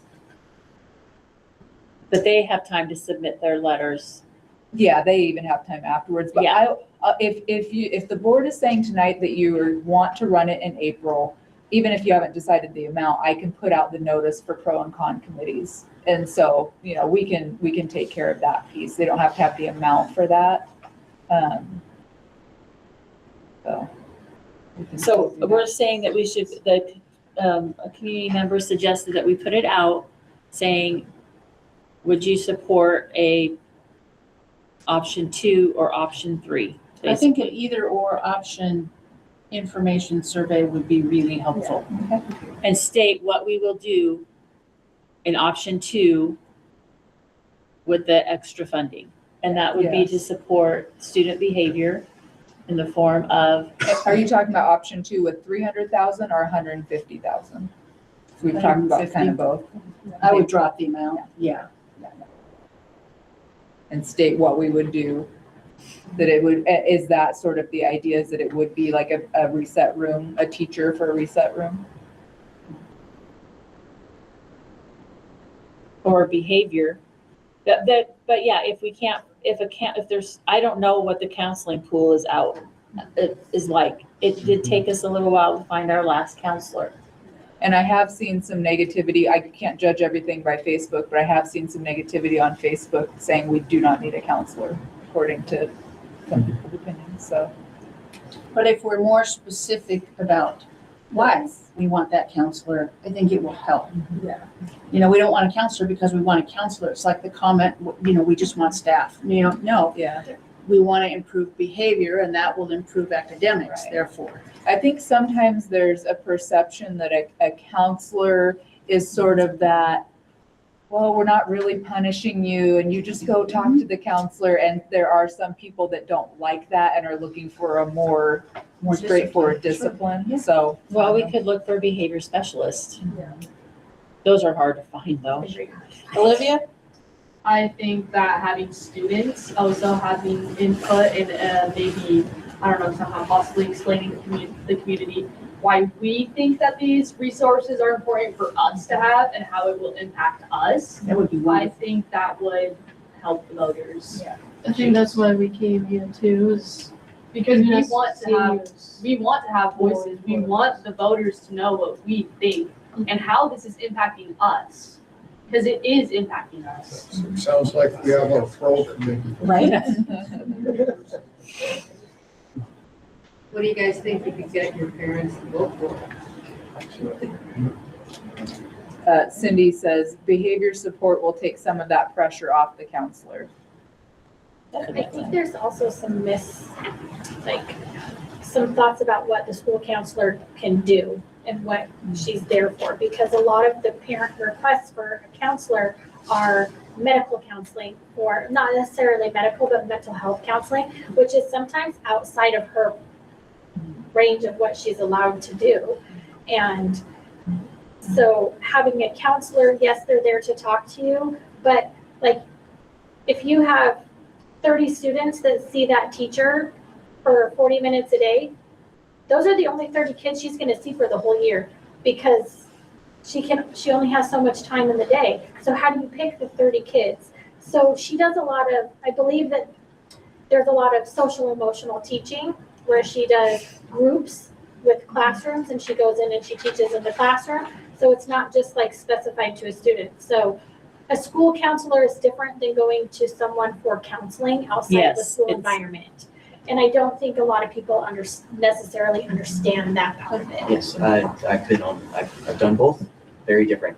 Yes. Very different things. I think, I mean, in all of these conversations, there's a lot that we need to work on in terms of communication and getting people in the community to understand certain things about how we operate. But then the question starts to become, how much can we do of that before April 9th when they get their ballot, you know? How did they, like, when I was in school, they had Scholastic News that went out, and I it was remember just all the things going on in school, and I don't know if the kids put that together, or possibly, I don't know what that would take to get going. That'd be something kids could do, and we would be Are you notified. talking more about like We talked about the that. magazine or like a school newsletter? Hey, Randy. It was like a Remember little that at your newspaper meeting? We that just talked had all about the stuff that was going on in the school, and I believe the kids put it together. It Took was them off almost or They do followed up on, right? newscasts now, like Mr. I mean, Yeah, technically, in the timber talk, that I It was a say peaceful fairly counts meeting as like an actual long newsletter. time ago, and that was one of the suggestions is, Limpy. it's more like the, right. Yeah, I had What was the pictures. suggestion? I got It's pictures. the students making a newsletter. Morning news. Yeah. Hold on. Takes time. Yeah.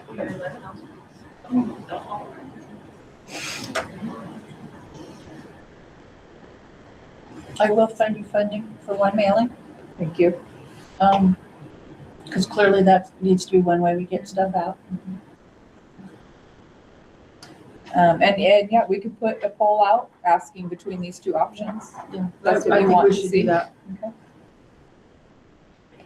With So behavior option 2 drop down to 150 instead of 300. Yeah, right. Because behavior specialist is like a certain like credential, and that's Yeah. not what you're talking about. You're talking about Behavior support. And that behavior support could be either some SEL support, or it could be discipline support.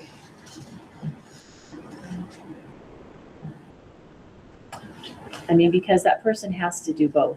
When that student comes in to the room and they're struggling because they're not being able to pay attention, and they need strategy, or they're fighting with their classmates, that's over tag, football, whatever it is, they need someone to help them walk through steps of, okay, well, how can you calm down in the moment? Okay, now, what are some ways to solve this problem? That's that behavior support. And, oh, by the way, you don't get to go to recess next time because you pushed your friend down, or whatever it might be, or you called your friend they can be supportive and help with the discipline. So now you said Mari is zoomed in. Yeah, Is she Mari. there? Yes, What's her Mari's 2 on. cents? Do you have thoughts on this, Mari? Oh, yeah, I was texting Jenny. But I don't know. Yeah, not much, but yeah, I was just thinking wording wise, just focusing more on like the discipline support. I think that would probably help a little Can bit you with the speak up a wording. little, Mari? Oh, sorry, can you hear me? I'm closer to the mic now. Is that better? It's quiet. Is it? Oh, I don't know. We can hear you, but You can barely. hear me? Yeah, just, it's quiet right here. Oh, I'm like right next to the mic. I don't know. It was us.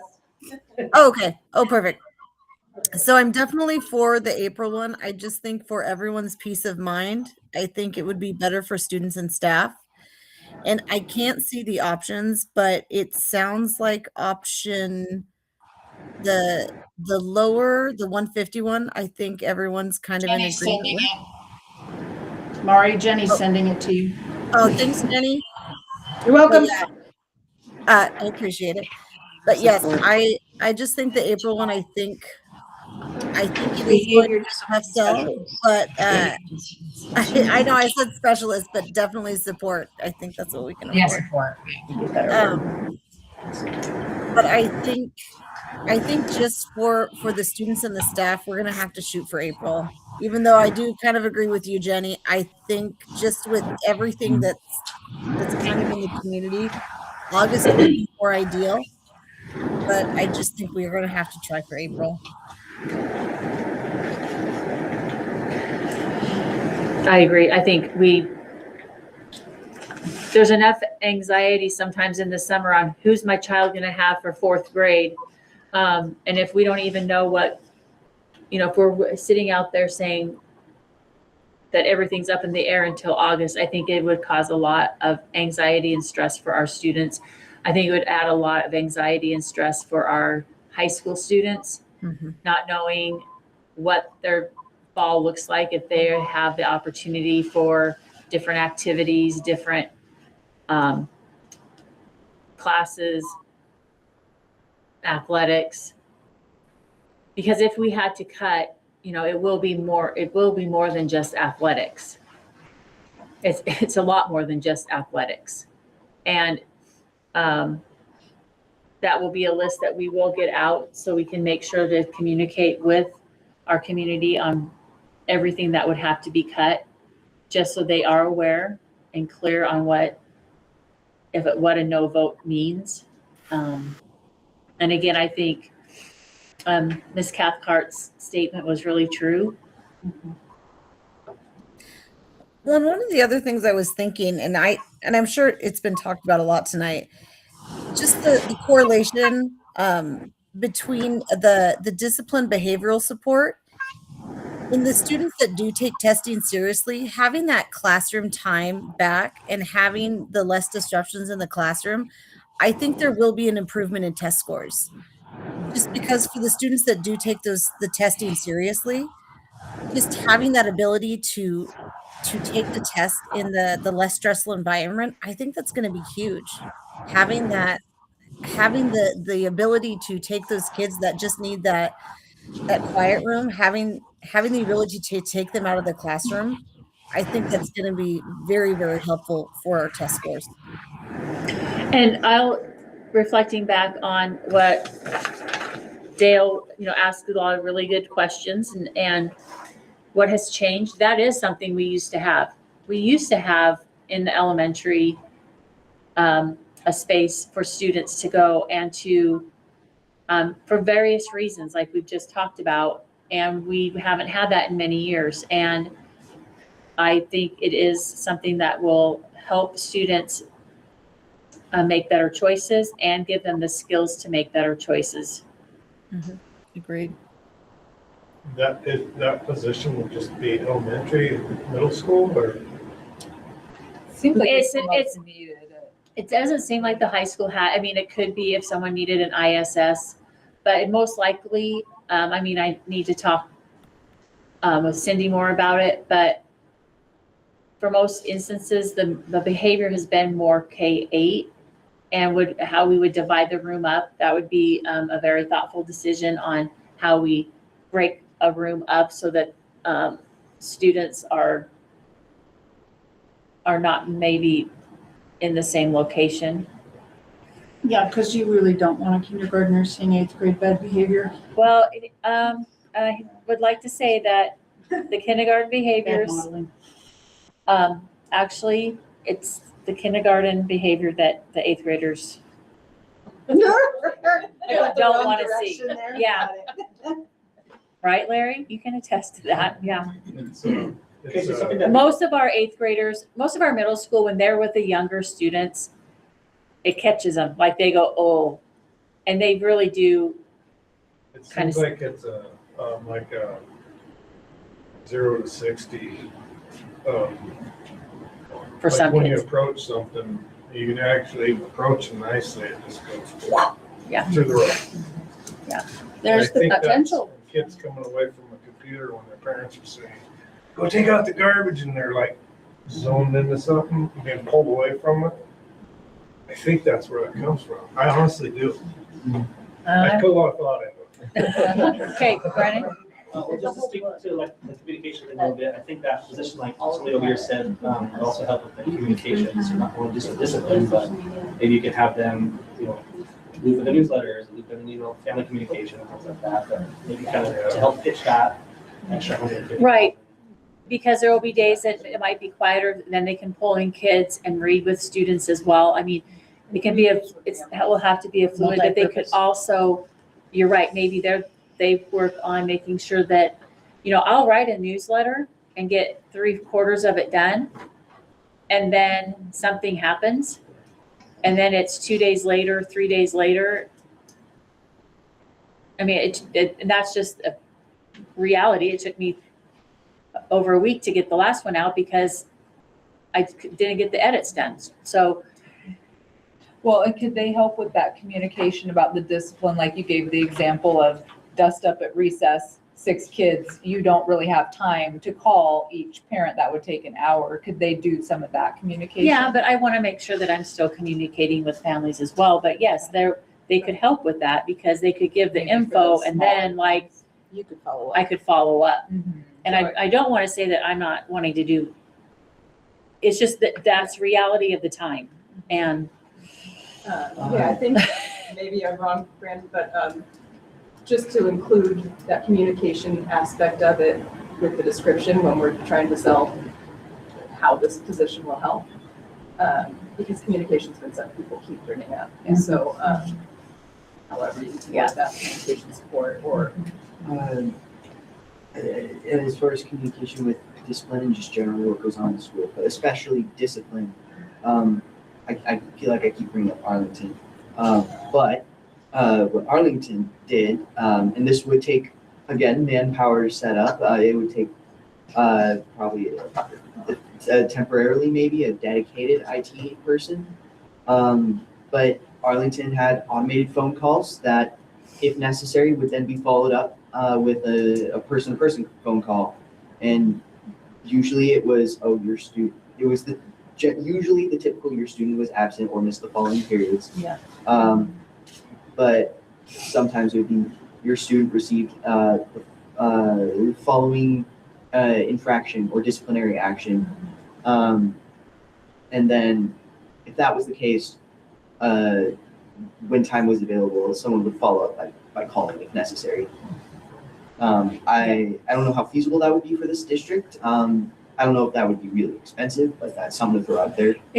there's a cost to those programs, but I think with what we've heard from the community and including parents, that is something that I think they would want us to invest in. And so we, like I mentioned earlier today, we have been meeting with a company that would help with our whole communication system, including our website. So it would link everything together. So it's like a website that's linked to an app. So if parents download the app, they can get those notifications, but then you also on the back end can send direct text messages to parents, even if they haven't downloaded the app. So. Or get phone messages or audio. Yeah. Audio. Mm-hmm. So, to wrap it up, if that's so, You're sending another survey we're sending a survey with two with options. the two options between the two. we will want that information back by, Tuesday, today's Tuesday. the board meeting, or do you want it before that? I need it before because the lawyers have to write up the resolution. Can we get? I could ask them if they could write up too. Yeah, I can see if that's. So people working Saturdays, Yeah. don't have a weekday time to look at it. And have it completed by Sunday. Do you think that's enough time? Tuesday Question if to, it's enough time for. Tuesday to Sunday? Let me talk to the lawyer and see, yeah, can they just write up 2 different options and then you decide on Tuesday which one to vote on?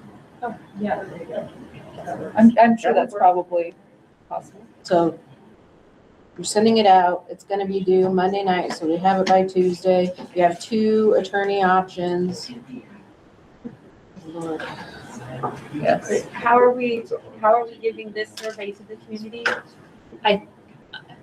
Well, we did get over 100 responses from the last one that we sent out on Facebook through Skyward. We won't have time On to the mail website. it because the mail just, but we could also make some cards, half sheet cards, and maybe some volunteers would take them around to different locations. Can we put like cans out, like at the store? Yeah, I was gonna say, I mean, We can some put you it can out. put a stack of them in the It library. seems like there's a lot of people responding to Facebook right now, Yeah. and they're paying But attention. we've also heard we need something else. So So we need to take- do something else. Could we get a QR code for it and then like print up a bunch of QR codes and ask them if they can give them out at the grocery store? Yeah, that's what we're talking about. Loaf. They check out, they just scan the QR code. Well, Well, then it's still another. still issue. we need it on paper with information for the community. So it has to be more than just a QR code. It needs to be information explaining what a no vote will result in, what option Two. 2 would result in, or modify Well, 2. Yeah, we're just saying between options 2 and 3, right? Like what their preference How long do is. we have to Yeah. have this? Yeah, Couple but days? don't you think we Just need to like tell that? them what, if the levy fits? what that means? Well, I All we figured do we is do try. that once they Okay. decide on what to run. Okay. I mean, I have been posting on Facebook that it's 950,000, but I had an idea. What if we had the volunteers to like set up a table at IGA and have the can, have little slips of paper for the option 1, option 2, just have a stationary thing with the information. There'd be people to talk to, and then just, we want community feedback. How do you feel about these? And then they can just check it, fold it, drop it in the can. For maybe I'll do it Wednesday Can students? or Thursday because the cheerleaders are gone tomorrow, but I'm sure some of the students I'd could do it on. I would come like to. out on Thursday, do so Wednesday. I'll volunteer to do it on Thursday at the IGA for 2 hours. and a lot of people did respond electronically, so we can still do that and get a lot of responses, In but addition. then also. I think we need to take it down to Whitehorse. I can drop stuff off at every business from Whitehorse to the reservation. I mean, that's Oh, how yeah. far we're basically going, right? Yeah, take it out to, Casino and the Yeah. smoke shops and, If we print up flyers, I can put them up when I put up my child find flyers too. Same place. I hand I out. can go do a few hours at the Shell in Sweden. Definitely, we should try and think about how we can reach the most amount of no voters. Because those are, or if not no voters, then people who were on the fence. Reach out with that. Because like people who voted yes, they're gonna vote yes to. To a lesser amount. Yeah. And 60% Either way. of people did not vote, but could have. So that's also another thing is,